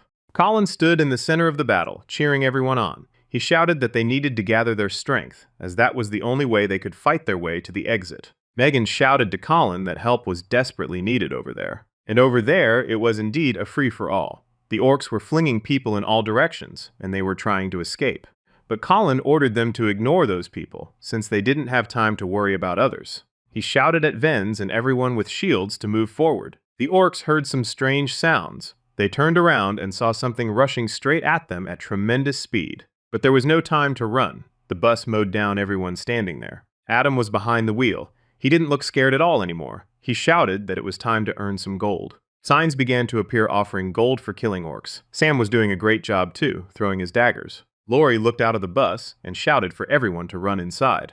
People recognized Lori and started talking to each other about how unfortunate it was that they hadn't joined him back then, but had chosen Colin instead. Edeline got carried away, ran out of the bus, and started fighting the orcs. An orc touched her sword with an axe, setting it on fire, but she has an item that gives her a boost. She was thrilled that she'd managed to do it. Now it would be hard for the orcs to defeat her. The orc couldn't figure out why he was on fire, but it looked spectacular. Edeline looked even more spectacular. Even her eyes were ablaze. She swung her flaming sword in all directions. With her final blow, she easily finished off the orc. The girl was glad that fighting with the new item was going much better. She decided to check in on how the others were doing. Lori was commanding the skeletons, and Sammy was throwing daggers. Everything looked good. Everything was so well coordinated. Everyone in the fight had their own role and carried it out perfectly. Edeline noticed what a brilliant strategist Lori was. He came up with the idea of keeping his distance but attacking constantly. Thanks to this division of roles, the orcs couldn't keep up with them.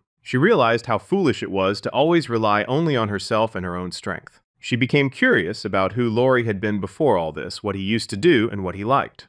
After defeating all their enemies, they walked toward each other to talk. Lori wanted to tease them a little and asked if they were having some kind of problem. And how had they fought on the same side as the skeletons? They hadn't even wanted to stand next to them. Colin asked if that wasn't going too far. They'd already taken enough of a beating. There was no need to keep poking fun at them. But Lori continued, no longer joking. He said that right in front of him, Colin had abandoned the others, trying to save only himself. Colin started to get visibly nervous. He replied that it was a strategy and that he would definitely have come back. But Lori pointed to the people on the bus and asked if they felt the same way. Well, at that point he had nothing left to say. Lori really put him in his place. Suddenly, they received a notification that the defeat had enraged the orc boss. That thought was already stressing Lori out a bit. They really needed a break, and now the boss was showing up. And Vance's voice started to tremble at the mere mention of the orc boss. Colin was scared too. Lori said they were going to leave. There would be room for them there too if they wanted. Vance asked Colin what they should do.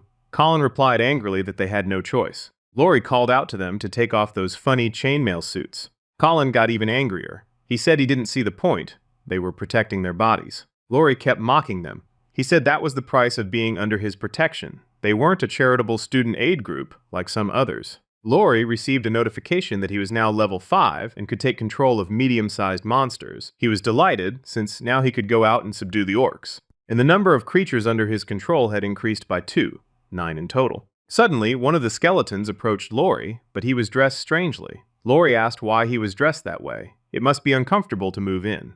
Lori remembered how this skeleton had performed in battle. He realized he could trust him more than the other skeletons. He even gave him a name. Right, since he only had a right hand. Lori told him to take off those clothes. The skeleton grumbled as he took off the chainmail, and Lori put it on himself. Sammy walked over to Lori to say something. Sammy said that all the people who had joined them wouldn't fit on one bus and they needed another one. But Lori replied that if they continued to rescue students, they wouldn't be able to move around like this anymore.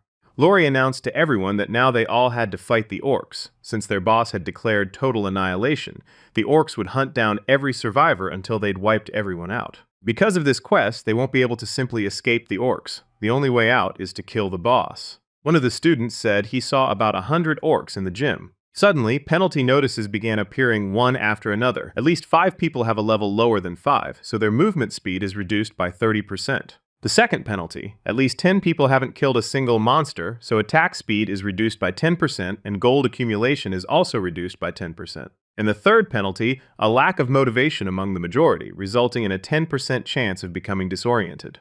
Lori thought to himself that even though there were many orcs, they could definitely defeat the majority. Then Lori declared that he would fight them himself. He reasoned that the students would be useless if they just polished their weapons and didn't know how to use them. But Sammy and Edeline started yelling at him, saying he'd gone completely mad, that it was foolish. The students started to get nervous. They didn't understand why Lori was so eager to do this. But Kevin and his crew were happy with this decision. They think Lori has just been lucky so far, and now there's a real chance to get rid of him. Vance gloated that this would be the end of Lori after this uneven battle. Edeline couldn't believe what he was saying. She tried to convince the guy that they needed to fight together. Lori reminded her that on the first floor, when they wanted to catch the boss, she had said there was no point in sticking together, and now skeletons are far more useful than people. He didn't want to force anyone to go, but if she wanted to, she could go with him. But Lori believes it will be very dangerous now. That's why he made this decision after analyzing all the options. Edeline thought that while all of Lori's strategies had been foolproof, the stakes were different now. After carefully planning all his future moves, Lori went out with the skeletons to face the orcs. Inside, students stood on the balcony, still unable to believe how Lori intended to win. Fear was written all over their faces, along with shame for not having dared to go with him. On the other side, in the bus, were Sam, Edeline, and Adam at the wheel. Adam said he could step on the gas and drive off at any moment. Sam just kept complaining about how crazy Lori was, and Edeline wanted to get Lori into the bus. The moment came when an army of orcs appeared in their field of vision. There were truly a great many of them. They moved closer to Lori. They were surprised to see so few fighters in front of them. They immediately realized the battle wouldn't last long. A burly man with red hair spread his arms wide and shouted something incomprehensible. Lori assumed this was the orc leader. It looked as if he was in command of everyone. But why then were there no notifications appearing? Lori thought he was a mid-level boss. The leader pointed his axe at Lori. They were preparing to attack. Lori and the skeleton commander decided to climb the stairs for now. They climbed up and watched from a distance. Lori decided there was no need to worry about the stairs. They were sort of tucked away in a little ravine. Just before the battle, Lori told the skeletons that he would miss them once they turned to dust. The orcs charged at the skeletons, who stood their ground and waited for the fight. Frenzied Madness activated. For 10 minutes, the skeletons will gain plus 10% to attack and plus 20% to attack speed. Lori shouted for the skeletons to kill the orcs. They began swinging their daggers. Some of the orcs were struck in vital organs and died instantly. But the orc leader easily blocked the daggers. It's not even that easy to just wound him. Lori shouted that the ranged attack had been blocked and told the skeletons to flee. The skeletons launched a powerful attack from a high vantage point. But one skeleton stopped, and the orc placed his hand on its head. Without hesitation, the orcs tore him to pieces. It was deliberate suicide. The skeleton commander was raging with fury. He wanted to rush into battle. But Lori stopped him. He told the one-armed man that it wasn't his turn yet. The orcs noticed some sounds and movements. They They looked at the corpses and couldn't believe their eyes. The orcs undead were making their debut. The orcs began to come back to life. A notification arrived that the synergy effect had been activated. Condition: equipped with 5 or more axes. Effect: for the first 10 seconds of battle, attack speed and power increase by 15%. Cooldown: 10 minutes. Lori ordered the subjugated orcs to kill everyone and fight to the last man. The orcs had slowed down. The battle against the undead had exhausted them. Unlike the undead, who never tire and can fight forever. Lori shouted that this is exactly how necromancers fight. So far, everything was going according to his plan. The students watching from the balcony couldn't believe that Lori was handling everything on his own. They couldn't figure out who this guy really was. His friends on the bus were cheering for him. Sammy asked when Lori had found the time to level up his skills so much. Edelyn was stunned. She realized that when he planned something, he thought everything through to the last detail. Lori noticed that thanks to the item Tear of the Sea Spirit, his mana was regenerating. The orcs growled in surprise. Thanks to the Scent of Death, their stats were reduced by 30%. The orc horde's fighting spirit had dropped. The stat drop was halved. The orc boss screamed in rage. He wanted to kill the undead, but everything was against him. Lori gave the order to Prov, saying it was his turn. The skeleton literally danced over the orcs' heads, wielding his weapon masterfully. Although he was much smaller than the orcs, his agility allowed him to fight on equal terms. The orc boss could no longer sustain such an intense battle. He knew the end was near. The undead completely dominated. It seemed there was no chance for the orcs. Lori ordered the skeleton to finish the fight and eliminate all the orcs. And so it happened. The undead easily finished off the remaining orcs. Lori received a notification that for killing 100 monsters, he would receive a lottery ticket.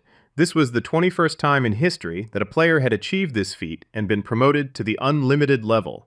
The limit is 100 people. Lori wondered who those 20 people ahead of him were. Perhaps such events had happened in the past as well? Lori saw a bus moving, but he couldn't figure out who was driving it. Could someone really be trying to escape at a time like this?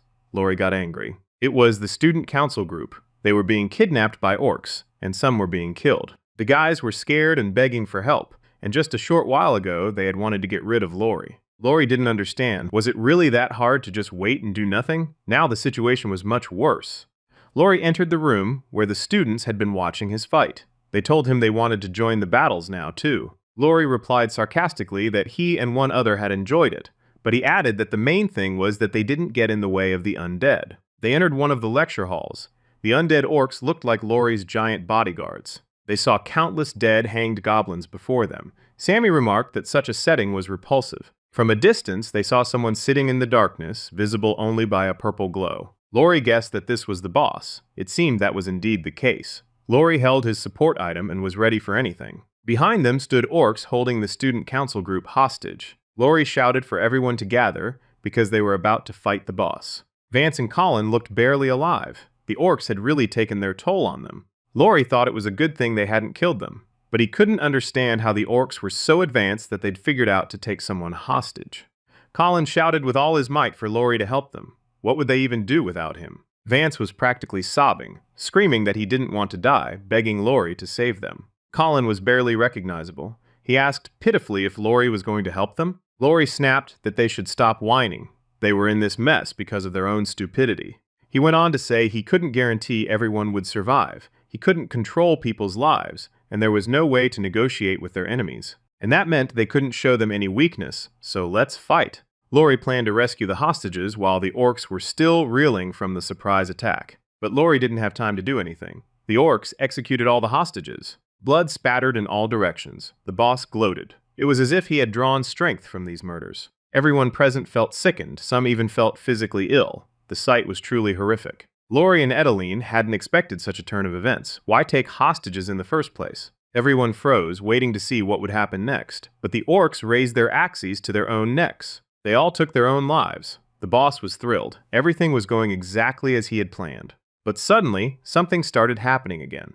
The boss was emitting purple rays at everyone present, and they were screaming that their strength was leaving them. Everyone received a notification that they had fallen into a state of confusion, and their mana was continuing to deplete. Standing before them was a powered-up boss monster. He was a low-level black mage. Sam unpacked the potions he had acquired earlier, or rather, the ones that had accidentally dropped for him. When Sam started drinking one of them, he compared them to poison. They tasted awful. He called out to Lori, asking if she had an antidote potion for him. But Lori replied that he should save it for Edeline. Did he really not need the antidote? Lori thought to himself that this was very refreshing. A notification popped up stating that the Breath of the Abyss had increased his mana to 4,000. Now Lori understood why he felt so confident. The Breath of the Abyss accumulates in the body and reaches a state of primal awakening for a short time. All stats are significantly increased. Strength is increased by 50. Lori spoke to the boss. He said he didn't know what was happening to him and asked the boss to explain. The boss was surprised and replied that he hadn't expected this turn of events either.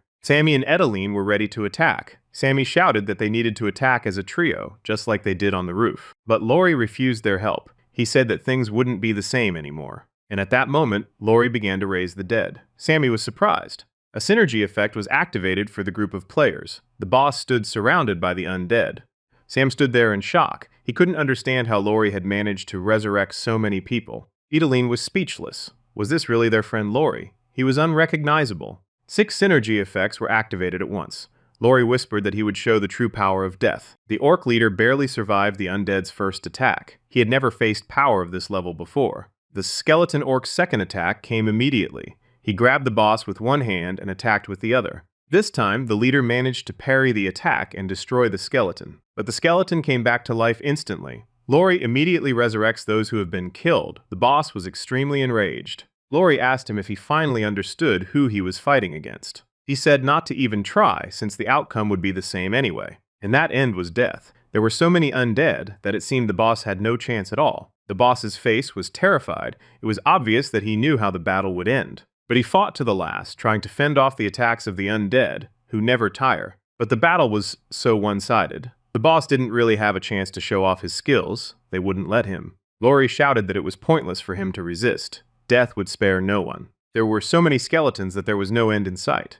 The boss screamed desperately. The skeletons began grabbing his arms, preventing him from moving. Now it was much harder to resist. All he could do was reach out his hand to Lori. It looked as if he were begging for mercy. Lori turned to the right-hand man, urging him to finish off the boss and put him out of his misery. Death was literally devouring the boss, a terrifying sight. He couldn't do a thing. The skeleton finished off the boss with a single blow. A notification popped up, stating that he had received 1,000 gold pieces for killing the enhanced boss monster, the Orc Chieftain. The skeleton goblin's strength had increased by absorbing the Orc Chieftain's power. His armor had also improved, and his commander skills had been enhanced. Lori had suspected that the skeleton goblins would improve after defeating the boss. He opened the tab, showing the number of controlled creatures. There were 33 out of a possible 59. Semi called out to Lori that the boss had something in its mouth. Could it be an item? A notification popped up stating that this item grants its owner the demon attribute. It would take a great sacrifice to get rid of it. Lori was surprised. He thought the guy hadn't gotten very far from the necromancer. The item is called the Demon Heliotrope, a legendary tier item. It grants a 2% mana increase during attacks, drawing from the opponent's mana, and if the opponent runs out of mana, you can drain their power. The Breath of the Abyss was used. The initial awakening is over. The trio of friends entered the room where all the students were gathered and announced that they had defeated the boss. The students began congratulating Lori, telling him he was a true hero and that they would definitely help next time. Lori thought he didn't need anyone, but he didn't know what lay ahead, so it was better to move in small groups. Everyone went out onto the street and saw that the sign with the countdown and the message that the exit was blocked had been destroyed. The students realized they could leave. They thought there was no point in staying here. The group of friends stood apart from everyone else while the others debated what to do. Everyone wondered where Lori would go. It was much safer with him than on their own. The phones still weren't working. Sammy was worried about his brothers, not knowing if they were okay. Just the thought of his parents made Lori sad. Adam, who was driving the bus, turned to Lori. He said she could take them to the nearest military base. Lori lied to him, saying his house was right nearby and they didn't need to worry about him. Adam invited anyone who wanted to come along, saying that since there were 2 buses, there would be enough room for everyone. Adam and Lori wished each other luck and said goodbye. Lori and Sammy saw the buses off. The undead were standing behind them, but Lori still seemed invincible. Sam asked Edeline where she was now. Maybe her house was nearby? She replied that she was from far away, and here she lived in a dormitory, and none of her loved ones were nearby. Edeline asked Lori if she could go with him. She wasn't sure if she'd be helpful, but she wanted to be there. Lori replied that she would certainly be useful, and Sammy was sure that he definitely needed her, and that wasn't even up for discussion. Lori had a brilliant idea to turn Sammy into another one-armed warrior. He'd call him Left, but for some reason, Sammy didn't like that. Edeline interrupted Lori's joke and shouted that they needed to hide. Giant dragons appeared right in front of them. There were goblins, orcs. Could it be dragons now? The friends stared at the dragons and couldn't imagine how anyone could possibly fight them. Adam argued with one of the students about whether they should go, because if they left, they would be spotted immediately. Notifications appeared that a local boss, Vavon Alphamel, was ahead of them. One of the dragons grabbed the bus in its claws. Was it really going to just destroy everyone inside right now? Lori watched this and thought that he wasn't that strong yet, but he could become stronger. Lori called on Edeline to hunt monsters, since there was no way to hide from them anyway. He went on to say that they needed to constantly take on more complex goals, rather than just adapting to situations. Humanity must continue to rule the earth. No monsters will stand in its way. A horde of orcs appeared before them and dragons flew in the sky. They received a notification that the training was over. A few days had passed. It looked like a peaceful city, though dragons were flying in the distance and monsters could be found on every corner. Lori, Edeline, and Sammy were hunting goblins. It was very easy, and there was nowhere for them to hide. The undead found them with ease. Lori received notifications one after another that he had earned 10 gold pieces for killing a goblin. Sammy came over upset that Lori had killed them all again, and he replied, "There's no need to be upset. They don't pay much for goblins." Lori thinks that hunting goblins is pointless. His level has been raised to 6. He chose to increase his strength by 3. Lori began to wonder why he was feeling so strange now. They moved on, and along the way they met Edeline. She was glad to see them. She said there had been 9 goblins there, and she had taken care of them all. Lori praised her. He told Sammy that he was leaving all the daggers they'd taken from the goblins to him. He told his friends that from now on, if they encountered goblins on their way, they would simply ignore them. Sammy couldn't understand why, and Edeline asked, "Isn't it to save our strength so we can take on stronger monsters? You can get 80 gold for killing an orc, 10 for a goblin, so there would be even more for stronger monsters." They kept moving forward. Lori said it felt like they were in a zombie movie. Sammy thought he saw military vehicles parked further ahead. Were they really that close? That was indeed the case, but most of them were lying dead. Had the monsters killed them all? And the ones who were alive were very scared.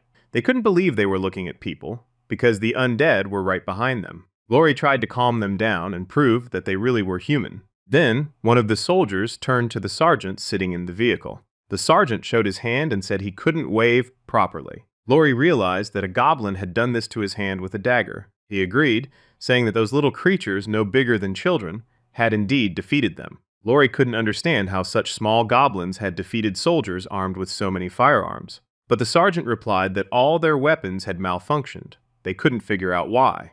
And they had to fight with shovels and knives. Sammy turned to Lori and reminded him that he had a potion.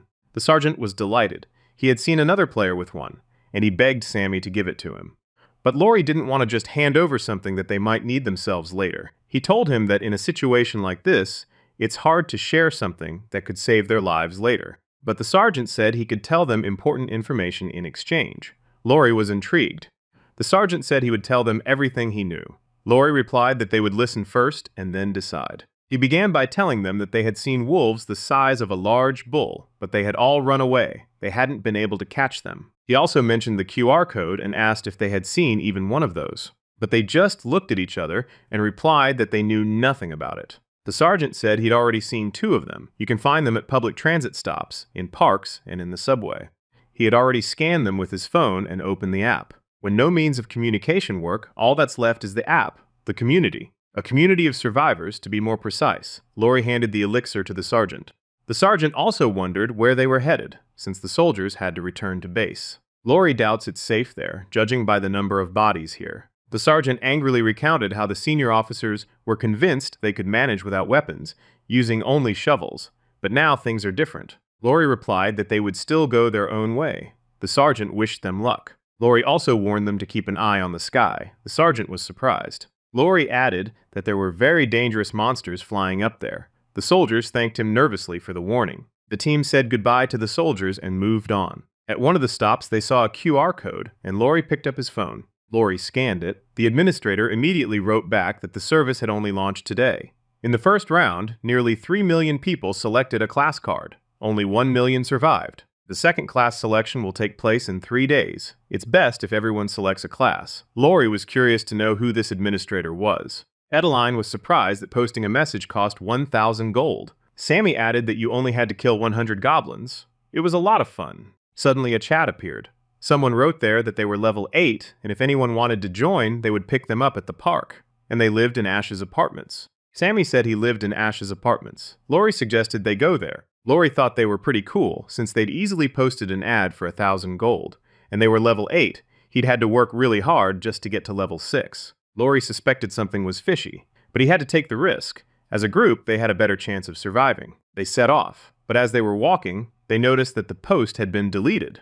Someone asked why the thread had been deleted, and the one who created it replied that one of them had accidentally clicked the wrong button and that everyone should go to them anyway. The person who wrote that message seemed really strong, but something was clearly wrong here. Lori and her friends had to find out everything. Chaos reigned in the city. Goblins were attacking from all sides and killing the weaker ones. A man was fending them off with a baseball bat, and his little daughter was standing behind him. He was screaming with all his might for anyone to help. His daughter was so terrified. He shouted and asked if anyone could hear him. He begged them to save at least the child. The goblins rushed at them. In another second, they would lose both father and child. But suddenly, a dagger pierced one of the goblins right through the head. The others looked at their comrade in terror, while skeleton orcs stood in the background.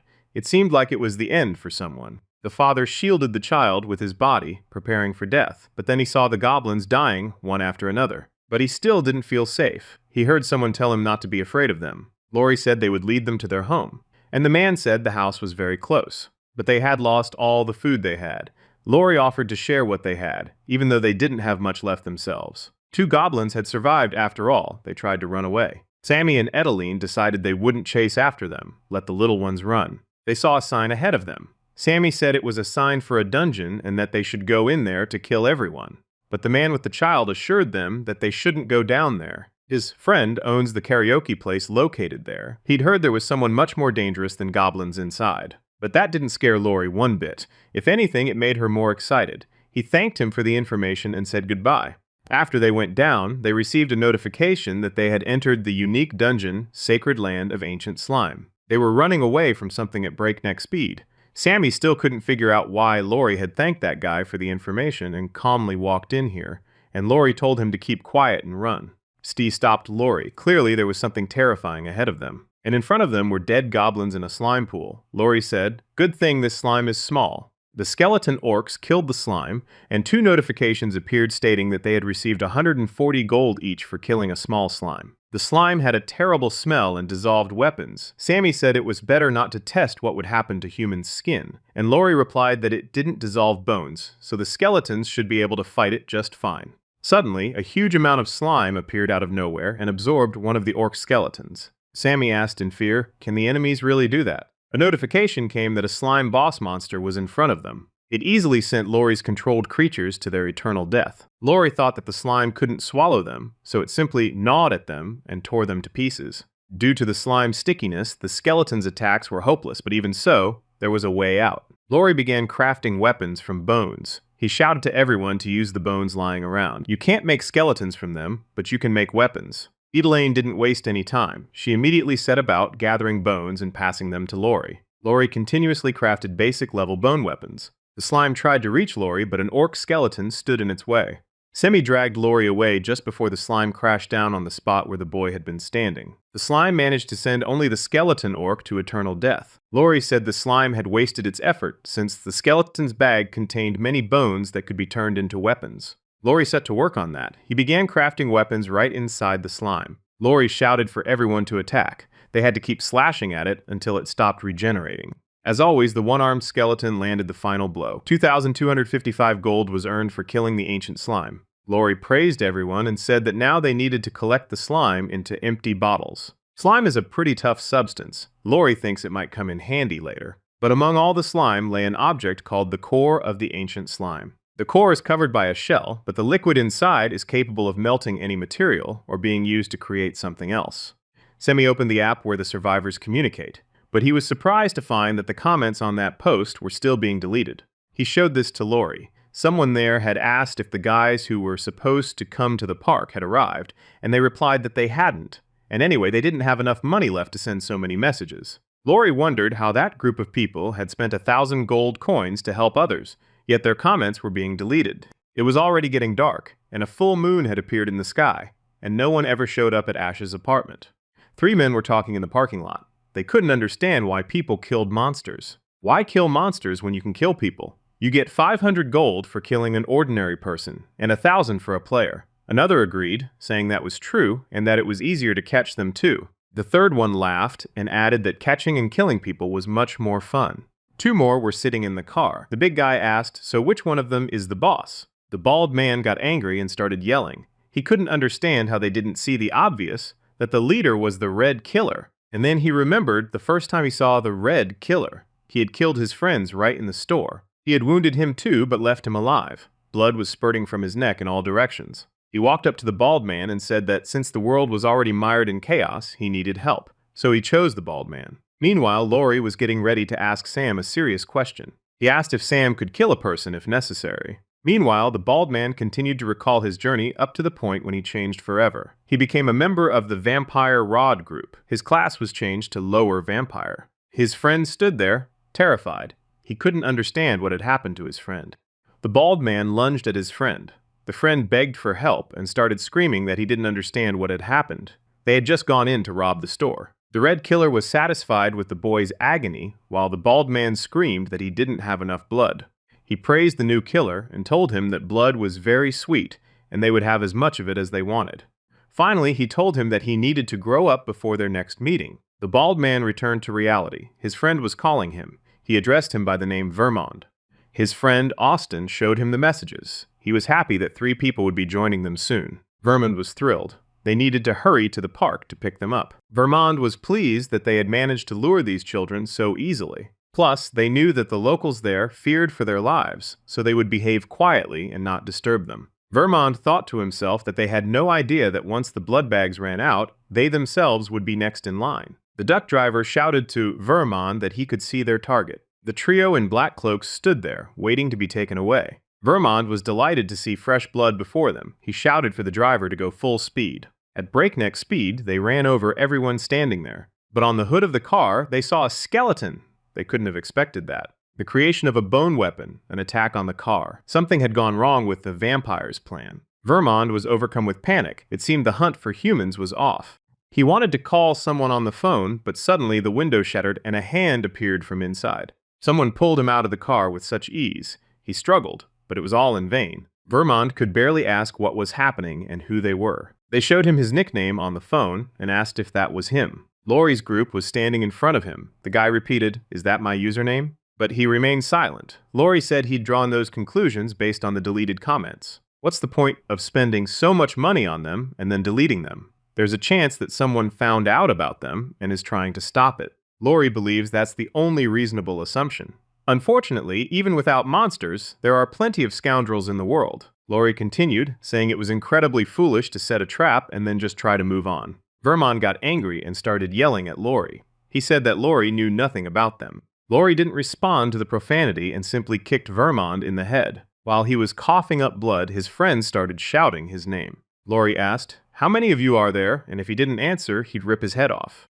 Instead of getting scared, the vampire started laughing hysterically. And then he lunged at Lori, shouting, "Have you ever even killed people? And how dare you play games with me?" The skeleton lunged at Vermond's arm, swinging his sword, and simply cut off his hand. The man began screaming wildly in pain. Vermond's companion was terrified by what he saw. He realized that the same fate awaited him. Lori said he was right. Even in a world like this, he wasn't ready to kill a person. But his companions were different. They would do it gladly. The skeleton orc raised his axe to further intimidate the vampire, but the vampire lay motionless. Lori realized he had lost consciousness from the pain. But there was one left. Lori asked, "Where should we start? Cutting off an arm or a leg?" He screamed in terror that he would tell them everything they wanted to know. There were still people in their gang. Vermond jumped to his feet, ran over to his companion, and slit his throat. Sammy and Edeline were sickened by the sight. Had he really killed his partner? His hand was now shaped like a knife. It looked disgusting, but also dangerous. He didn't just kill him, he also rushed to drink his blood.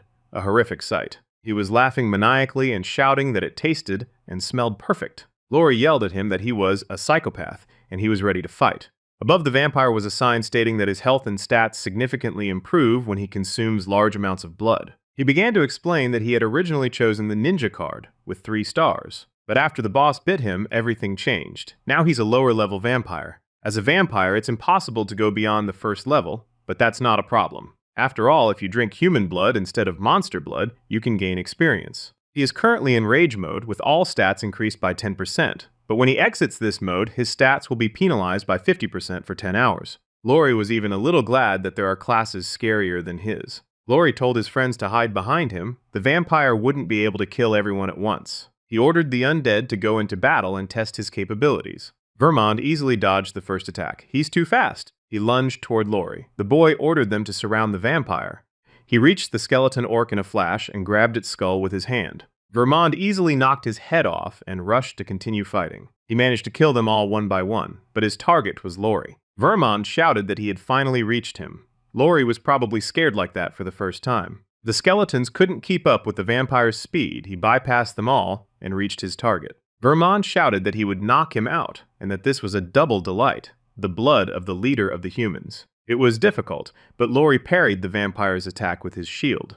He had forgotten about the other people. Behind him, Edeline attacked. He said he thought she was a simpleton, but in reality she was like a lioness. He felt a mad desire to taste her blood first. Suddenly, something began swirling around him. It was hard to make out what it was. The speed was insane. Sammy appeared. He said the vampire had been wrong to forget about him. He was throwing Gatling daggers, something resembling one of the earliest machine gun prototypes. Vermond shouted, "How dare he do that?" and lunged at him. He looked as if he could teleport. He was that fast. Sammy didn't expect the vampire to lunge at him so quickly, but the one-armed guy jumped in to defend him. He literally saved him from death. But attacking the vampire further was extremely difficult. He quickly dodged all attacks. Lori thought she was about to land a successful blow, but the vampire turned just in time and parried the attack, and he even broke Lori's shield. Vermond shouted for them to stop getting in his way. There was no way they could defeat him, but they kept trying to attack relentlessly. It was Edeline's turn. He dodged the girl's attack once again, though she had no doubt that everything would work out.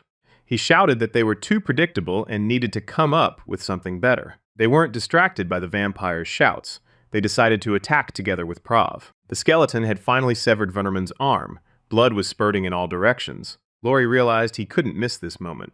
He ordered the undead to attack. But in the background, Vermin's friends appeared with weapons. The vampire's arm had grown back. He was pleased to see his comrades and said it was very timely. They approached and couldn't understand what was happening to Vermond. Edelaine didn't wait for his arm to fully regenerate and chopped it off again. The skeleton joined her and landed a successful blow to the vampire's back. The undead joined in as well. Together, they tried to defeat the enemy. Lori stabbed the vampire with his sword and said that the regeneration of his body was truly impressive. But the regeneration of his head still needed to be tested, and Lori finished off the vampire.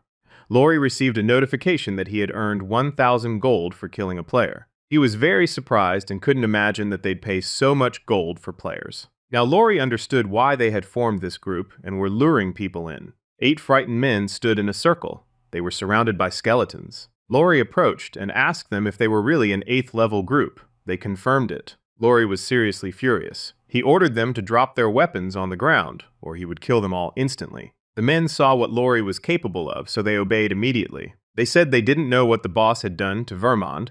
They'd just promised to follow him, but hadn't expected things to turn out this way. Sammy asked, "So did the boss really turn him into this monster? I don't get it. Is he even human? Or does he have some kind of class? Maybe he's even a 5-star. Now it's clear that the strong ones just play with the others." Lori asked how many people they had killed. They replied that it was about 22 people. Without a moment's hesitation, Lori gave the skeletons an order. The men screamed, asking why they were being treated this way, why they were being forced to do this. But the skeletons didn't care. The skeletons finished them off. Lori began receiving notifications that he had received varying amounts of gold for the players and civilians. Edeline and Sammy shouted Lori's name. They were shocked by their friend's actions. But Lori replied that if he didn't do this now, they would surely continue doing what they had been doing before. It was hard for Edeline to accept the killing of people, but she still understood Lori. Meanwhile, at the military base, Sergeant Lenson was rereading a message in the app. It said that someone was trying to warn Lori not to go to the killers. He had escaped from them and knew they were dangerous. Then a message came saying that 157 had just killed everyone and had skeletons. Lenson immediately thought of Lori and his friends. He was glad they were so cool. A soldier walked up to the sergeant and told him there was an important meeting coming up, but the sergeant asked him to wait a moment. He warned Lori to watch out for the wolves. Meanwhile, in one of the abandoned buildings, someone was also sitting in the app, rereading the message. He read and repeated how fascinating the spectacle had been. He was also glad that there were still altruists in the world like that guy with the username 157. He stood as if on a stage. He and the men in the hall were wearing cloaks and carrying swords, looking like knights. They decided it was time for them to get to work. Meanwhile, in the city of Sosemi, he told Lori that a new article had appeared in the app. Someone under the username Prosecutor in Dippo wrote that anyone who couldn't afford to spend 1,000 gold on a post could write here in the comments for just 200 gold. The friends discussed how many people were looking for their families in the comments. They also talked about wolves that can jump 2 stories high and shared lots of other useful information. Semi asked if Lori was upset that everyone who had been praising him had moved to the comments under the prosecutor's post, but Lori replied that he didn't care at all. Lori wanted to change the subject. They had just arrived at Sammy's house. Sammy was extremely anxious before going inside. He didn't know how his parents were doing or if they were even alive. They entered the building, but there were many orc corpses on the stairs. Sammy began reciting the names of all the gods from every religion he knew. He prayed that his parents were alive. He approached the door to his apartment and saw that it had a crack in it. Semi started calling out to his mom with all his might, telling her that her son had come and asking her to open the door for him. Luckily, his parents opened the door for him. They were alive, and they were so happy to see their son. Sammy was surprised that his parents hadn't picked a card. How could that be? He tried to find out why they hadn't chosen any card. They loved card games so much. His father replied that they hadn't had time to choose. Lori asked how they had managed to defend themselves against the orcs at all. All the apartments in the building were destroyed. Why did the orcs spare Sammy's apartment? His father replied that they had used an F-killer, but Sammy and his friends didn't understand. Mom explained that he had simply sprayed the orcs and fled into the apartment. The boys would never have thought that was possible. A very original idea, Lori remarked. Mom thanked Edeline and Lori for bringing her son home, and she offered them green tea. They happily accepted the tea. It seemed like it had been so long since they'd just sat there peacefully drinking hot drinks. Sammy was offended that Mom didn't appreciate him. He said that no one had brought him home. He was now a badass dagger thrower. She said that unfortunately the water heater wasn't working and there was only cold water, but they could rinse off and go rest. On the street, someone with a weapon was staring at the windows of Sammy's family. It was the only window that was lit. The men smiled slyly. It seemed like they were up to something. Elaine got out of the shower and thanked Sammy's mom for lending her pajamas.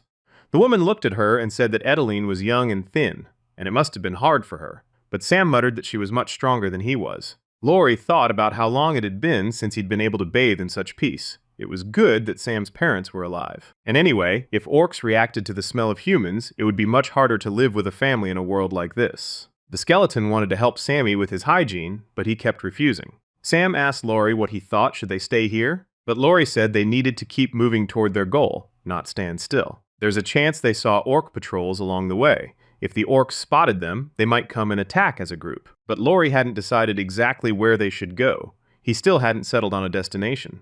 Semi picked up his phone again. Lori teased him, saying that even in this world he was addicted to social media. Prosecutor on Dinpo had posted a new update. It said they were inviting people to a safe zone, but there weren't many spots, so they'd take the first and best. But payment had to be made in food and gold. Edelin wondered if anyone on this app could be trusted at all. But Sammy thinks this prosecutor is pretty decent. Lori said that now it was clear why they had posted that yesterday, but no one understood what he meant. Sammy asked for an explanation. He said that they don't know how many classes there are in total. Maybe this reformer really does have the ability to defend the territory. But Lori still thinks it's foolish to spend 1,000 gold for the sake of others. Why did they create that post? We need to look at the replies. They looked through the comments, and they were all positive. People trust the prosecutor and are eager to join him. They want to make a good impression on themselves early on. A strong leader, mutual aid, a safe place. But Lori thinks that to increase their power, they're secretly earning gold and potions. Semi was saddened that there are no people in the world willing to help others for free. Lori replied that this was just his opinion, and perhaps he was wrong. But deep down, he knew they were far from Indimpo. What was the point of even thinking about it? Sammy saw another message and asked if they should head there. But when he opened it, it said that an elderly man was looking for a woman to live with. Sammy immediately changed his mind. But then he was happy because he saw something worthwhile. Chief Gu wrote that they had a safe place in Suwon. Anyone interested could come, but they'd have to pay for security. Lori thought he didn't want to pay anyone, but he was curious about what kind of place it was. As far as they knew, Suwon wasn't far from them. It would be about a 20-minute bus ride. Lori was glad they'd made up their minds, but Sammy said he'd ask his parents first. They gathered all the necessary things and were ready to hit the road. Lori apologized to Sammy's parents for having to take them along, but they were only too happy to go. They were grateful to Lori. Thanks to him, their son was alive, and in their neighborhood, there were not only orcs but also thieves. The friends were surprised. What thieves? Unfortunately, in this world, you have to be wary of people too. Sammy's father said that high school students were robbing all the survivors. Just then, a group of teenagers appeared near them. They clearly thought they were cool. A girl with purple eyes and hair spoke first. She greeted them and called them old ladies. Sammy and Edeline were outraged by this remark. What did she mean, old fogies? One of them said they'd heard them laughing last night. He wanted them to share their joy with them. And the other added that they'd better listen, because they had plenty of weapons and outnumbered them too. When Lori heard these remarks, he was actually pleased. It would be good to teach those insolent kids a lesson. But the high schoolers suddenly started scrambling and gathering their things. They hopped on their motorcycles and sped off as fast as they could. Lori couldn't figure out what was going on, but Edeline saw something approaching them. Lori was seriously scared by what he saw. Edeline grabbed her gun. A pack of angry wolves stood before them. These must be the ones the sergeant had told them about. Lori shouted for everyone to stay still. The wolves circled them but didn't attack, perhaps because of their instinct to hunt prey. Lori knew that fighting them up close was out of the question. Their bites were sharp, their claws were stronger than their weapons, and their bodies were generally more balanced. Everyone was scared. It was hard to predict the animals' behavior. Lori mentally analyzed the situation. If they fell, it would take time to get up and stand. If the wolves attacked at that moment, they could kiss their lives goodbye. Sammy asked if it was even safe inside. Lori replied that it wasn't. He added that with their strength, the wolves could easily attack them. Sammy was panicking, and at that moment, one of the wolves lunged at the door. In a second, it would reach them. But as soon as it got close to them, it was hit on the head with a bottle of green liquid.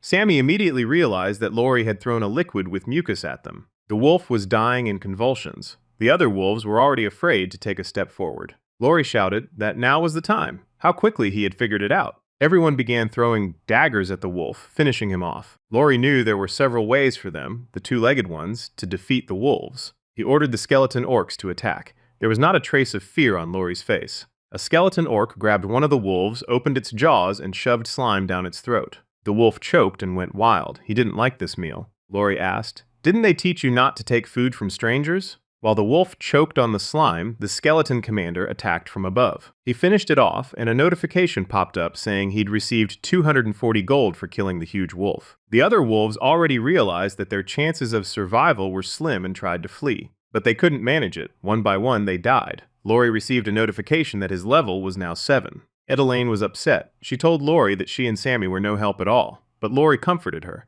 saying that the enemies were just tough. But Lori understood that Edeline's class was Tiger Hunter. The more she developed physically, the further she would advance. Sammy's mom admired the one-armed skeleton, saying he was very cute, and Sammy told her that it was the captain of the undead. Lori wondered about Sammy. Was he getting stronger?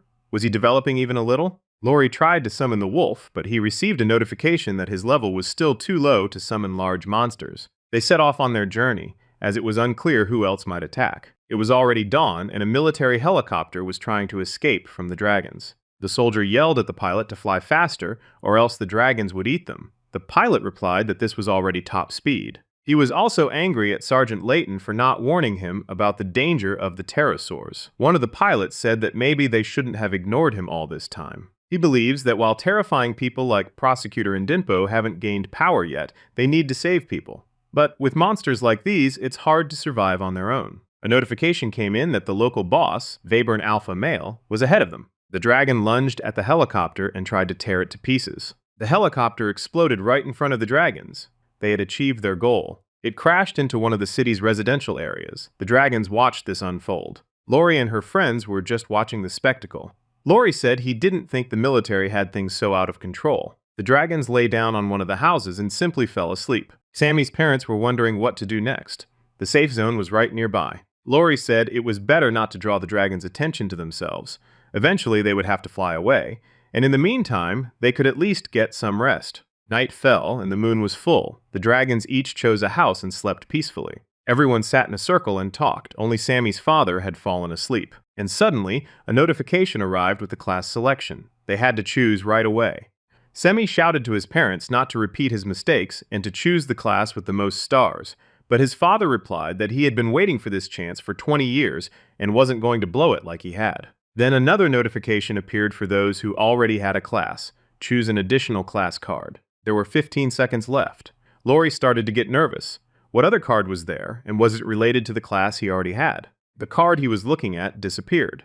Lori thought that right now these cards were being shown to many players. Semi was looking for the card with the most stars, and Edeline and Lori were choosing carefully. But Lori wasn't sure that more stars meant a better clan. He decided to choose the card that would help him develop his necromancer skills most effectively. Lori chose a necromancer card with 3 stars. He immediately gained a new ability thanks to his connection to his main class. The ability is called Death Aura, a buff for the undead and a debuff for enemies. Meanwhile, Sammy was complaining about how bad everything was. Sammy was upset because someone had chosen the 4-star card he wanted, and he ended up with a priest with just 1 star. Lori said that luck really wasn't on his side. The new ability only provides protection for 10 seconds after killing an enemy. Wright tried to calm the boy down. Sammy's father asked him to rate his card, but the boy just wanted some sympathy. He chose the Pioneer card and can create safe zones. Lori was overjoyed and praised Tom.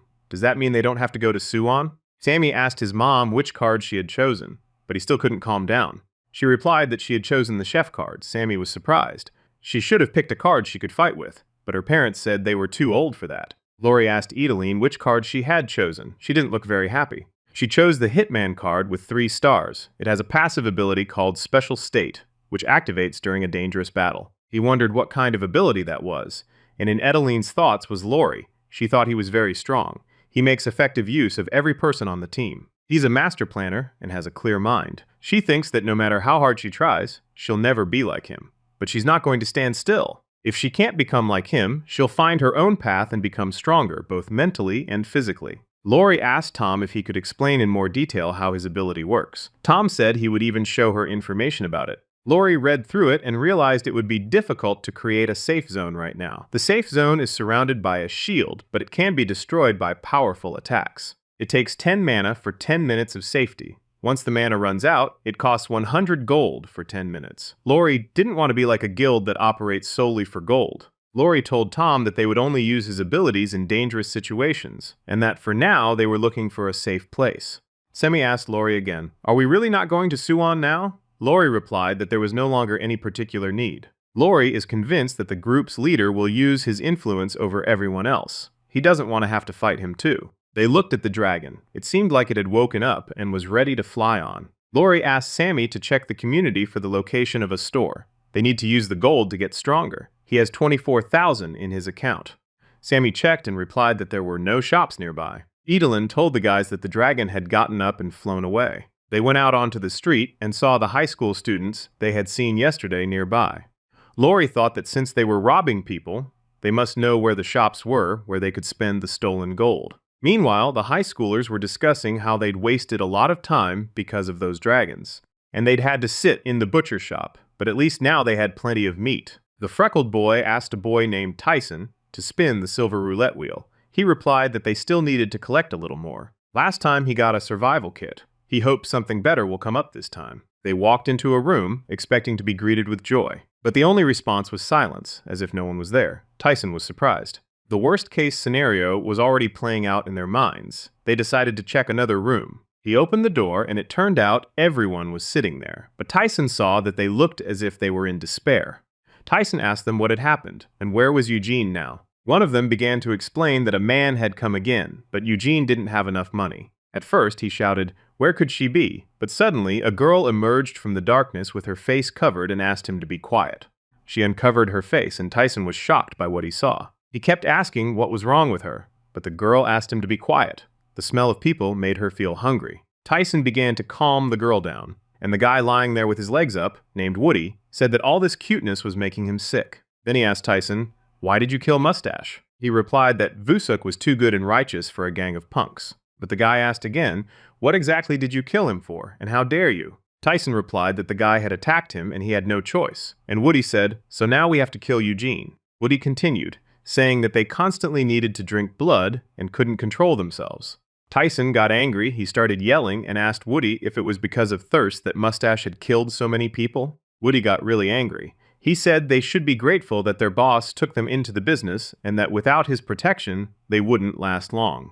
Tyson said they would handle it themselves and told him to leave them alone. But Woody wasn't having any of that. He said that without their protection, they'd end up getting killed. He ordered him to find 10,000 gold coins, or else his head would roll. The vampire spun around sharply and ordered the uninvited guests to leave. Standing before him were Laurie and his friends. Laurie told him he was being a bit unfriendly to his guests. Woody wondered what they wanted from him. He wasn't afraid of anyone except his boss. Laurie pointed a gun at him and ordered him to hand over everything he had.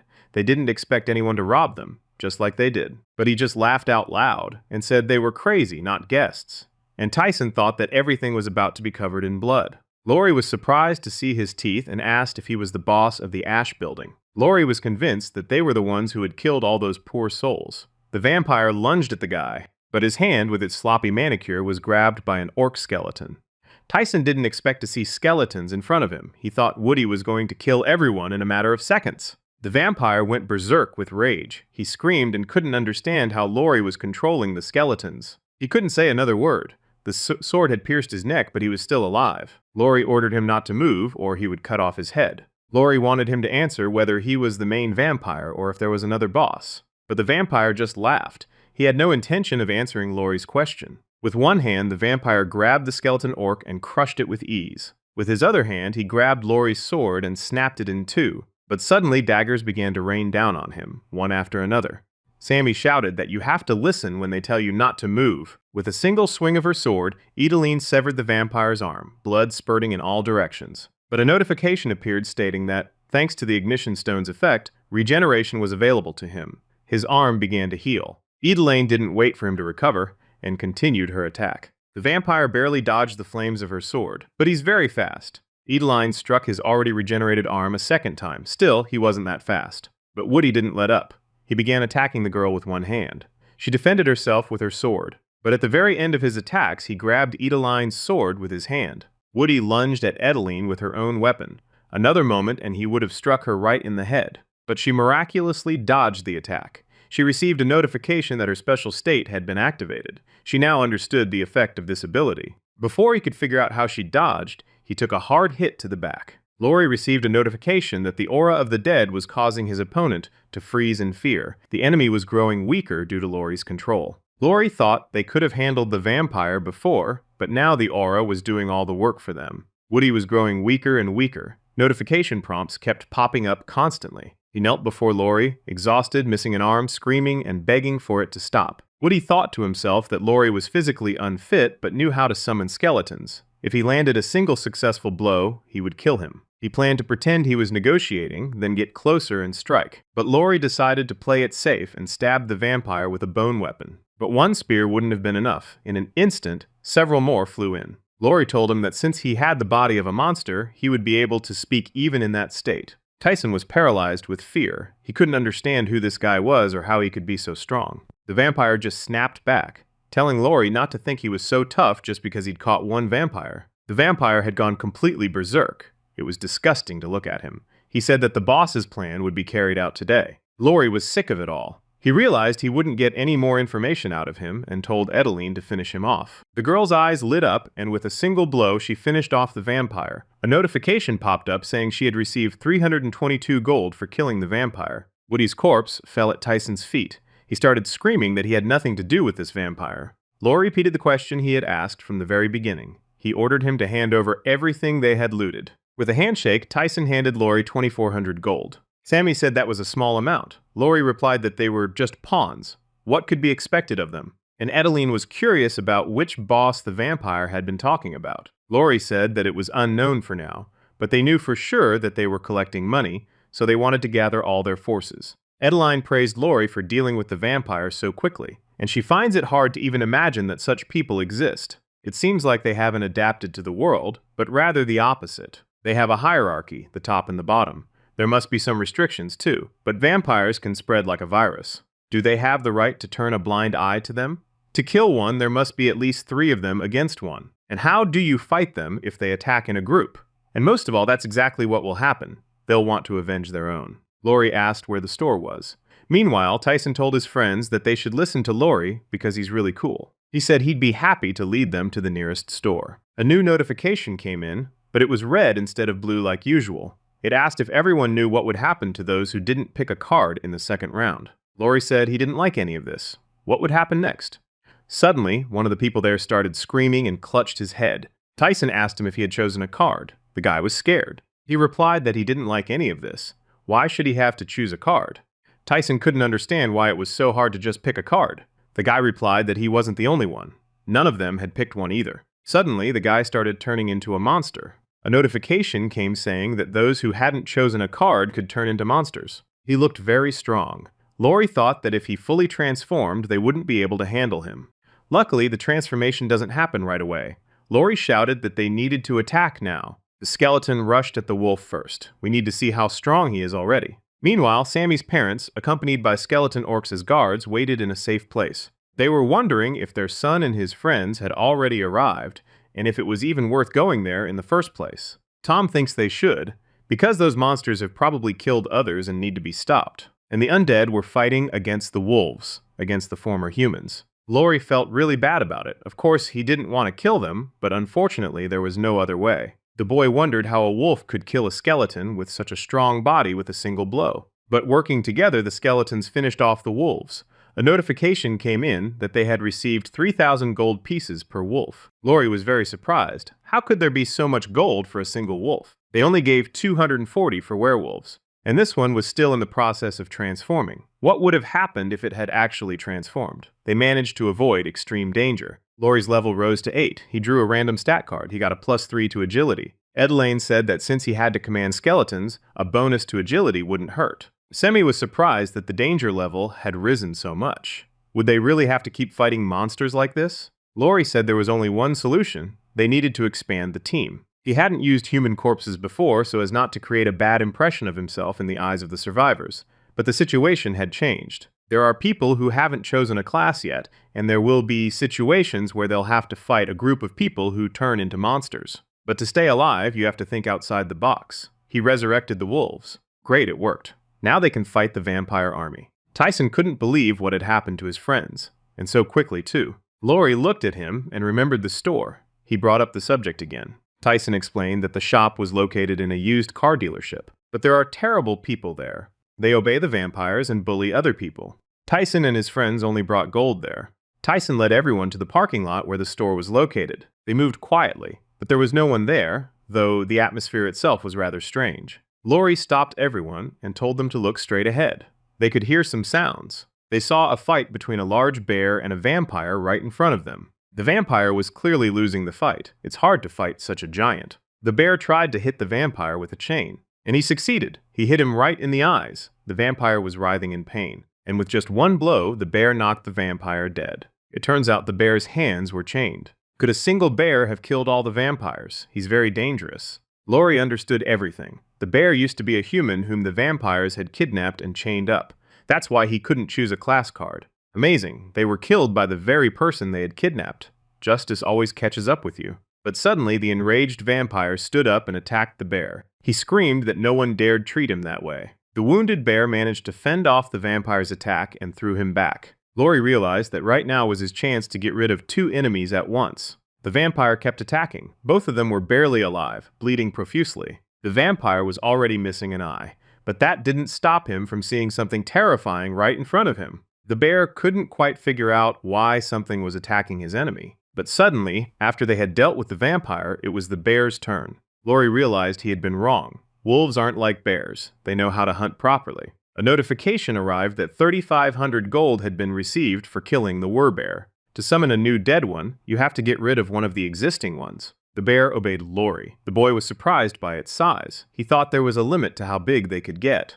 Suddenly, the friends saw their university bus in front of them. Sammy noticed that it looked like Adam had gotten on it. Edelin confirmed it, and Lori said that he must have been attacked by vampires. He was going to take everyone to the military base. If the vampires had infected them all, then Lori and his friends were in big trouble. Lori thought there was no point in recklessly putting themselves in such danger. He asked Tyson again where that store was. Tyson started to show him where it was, but suddenly his girlfriend let go of his hand and he wondered why. Her appearance had changed drastically. She seemed possessed by something. Eugene said that all her children were very important to her. Which children was she talking about? Suddenly she turned to Lori and said that now she could see who was killing her children and called him special. Lori realized that someone had possessed her. He told him that he thought the top one behaved more quietly, while this one talked a lot. He replied that he often has to explain things to simpletons, which is why they call him a professor. But he thinks that none of this is very interesting to Lori. He'll say something more important. He addressed everyone present, saying they were cute little bugs and that they were all doomed. A notification came that a lower-level curse had been cast. Holy soap is needed to neutralize it. The monster shouted that Lori was doomed and hurled all sorts of abusive curses. But Lori decided not to listen to any of it and struck a blow. His eyes burned with a green flame. He struck with tremendous force, and the girl's fragile body was thrown backward. Sammy was surprised and asked again, "Are you sure Lori is human?" Lori noticed that a red mark had appeared on his arm because of the curse, but why didn't he feel any changes? Sammy said that bad energy was coming from Lori, and then the boy realized, of course, he had the priest card. Lori thought to himself that if the whole country depended on Sammy, they'd all be gone by now. Sammy said he sensed a hint of disrespect from him. Lori received a notification that he had unlocked the Vampire Lord's exclusive ability, Blood Hunt. His location would be revealed every 12 hours. The curse cannot be lifted due to his low level of holy power. This turn of events unlocked a new quest. Lori must kill the person who has made it their goal to kill him. The reward is 30,000 zlotys. The quest will only end when one of them dies. Lori realized he had to strike first, before his opponent grew stronger. He asked again where the store was. But right now, the location of the vampire's lair is more important than the bullets. They arrived at a Class D shop. Here, they sell items ranging from bronze to platinum. You have to pick a ball and try your luck. Lori was the first to want to try. He drew a single ticket for any class. He remembered that he had a reward for killing 100 monsters, and the platinum level now costs a whopping 100,000 gold. That's 10 times more expensive than before. Lori thought it would be better to take several tickets at once. What if the price goes up by 10 each time? And right now, even the gold tier would be enough to survive. It went on to say that he could add a ball. The first prize was 300, the second 500, and the third 1,000. A total of up to 5 balls could be added for 100. This was a replacement for the standard one. Lori remembered his item and chose the first option.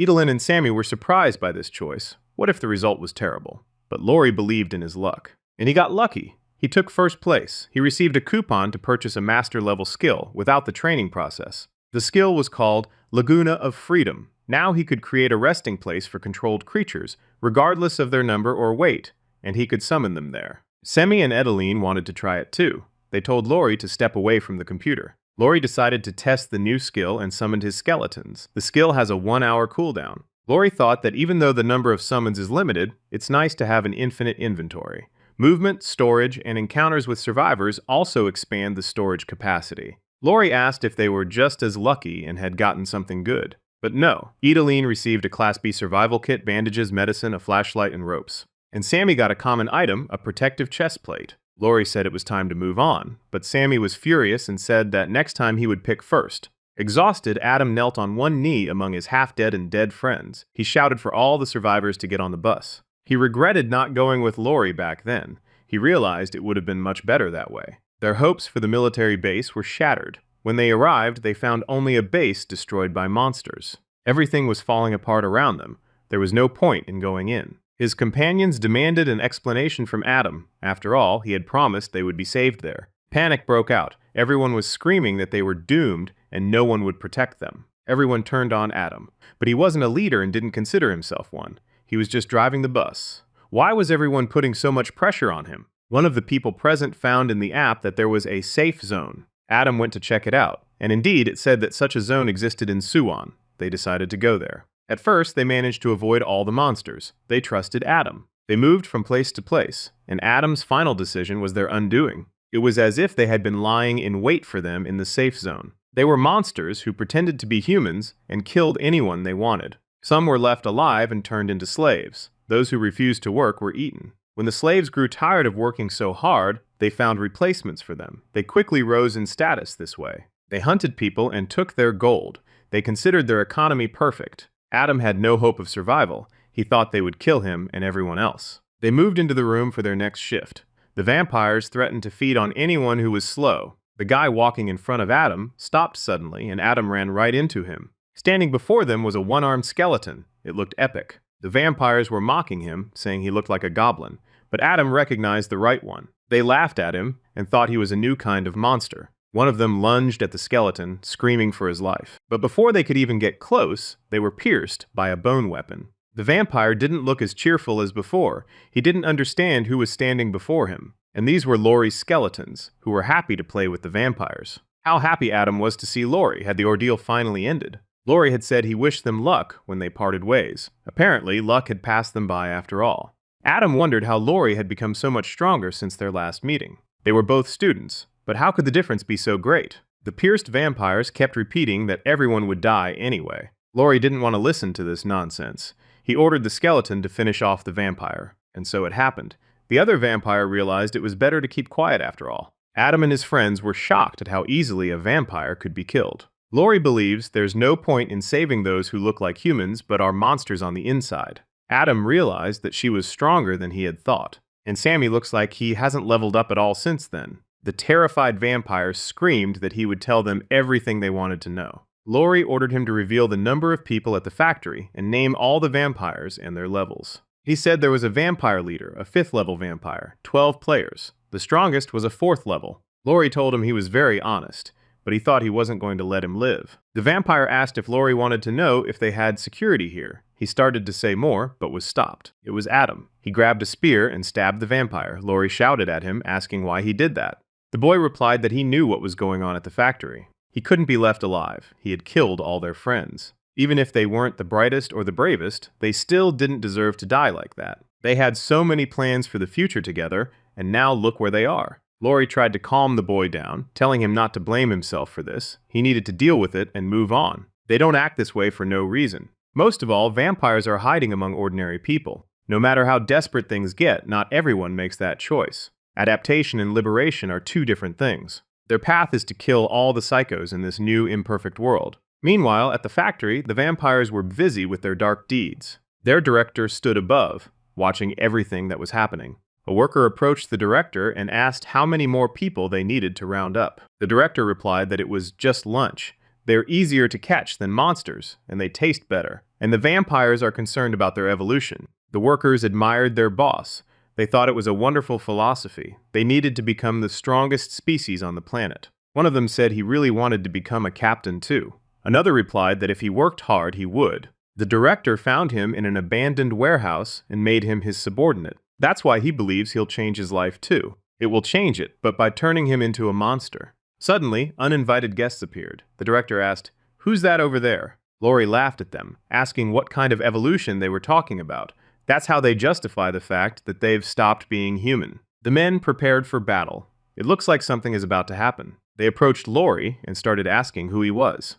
The people behind bars recognized the guy and were happy that they were going to be saved. But the vampire started shutting them up, saying that no one had given them the right to speak. Laurie was surprised. Hadn't their boss told them who he was? The vampires fell silent. Was this the guy who killed Mr. Pack? Laurie asked if they were really doing business here. The vampires thought Laurie was an idiot for daring to come here alone. Laurie's eyes flashed with green flames. He replied that his abilities allowed him to do so. The vampires were seriously frightened.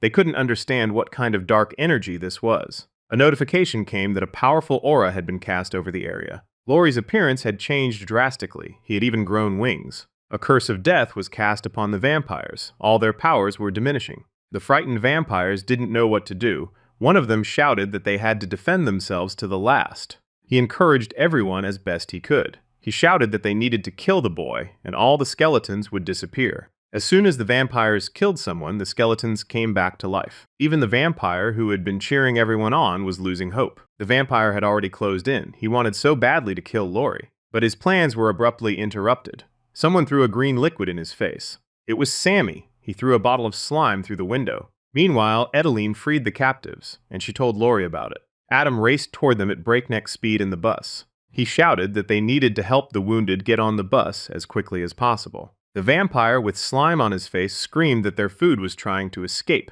The skeleton wolf pounced on the vampire and attacked him. Activation of Wild Madness. Effect plus 10% damage and plus 20% speed for controlled goblins for 10 minutes. The vampire tried to dodge. A death curse has been cast on him. His stats are reduced. He is infected with the devil's blood. His health is decreasing. Laurie held items in his hands, devil's blood and wild madness. The skeleton finished off the vampire. Laurie shouted to him that he could always be counted on.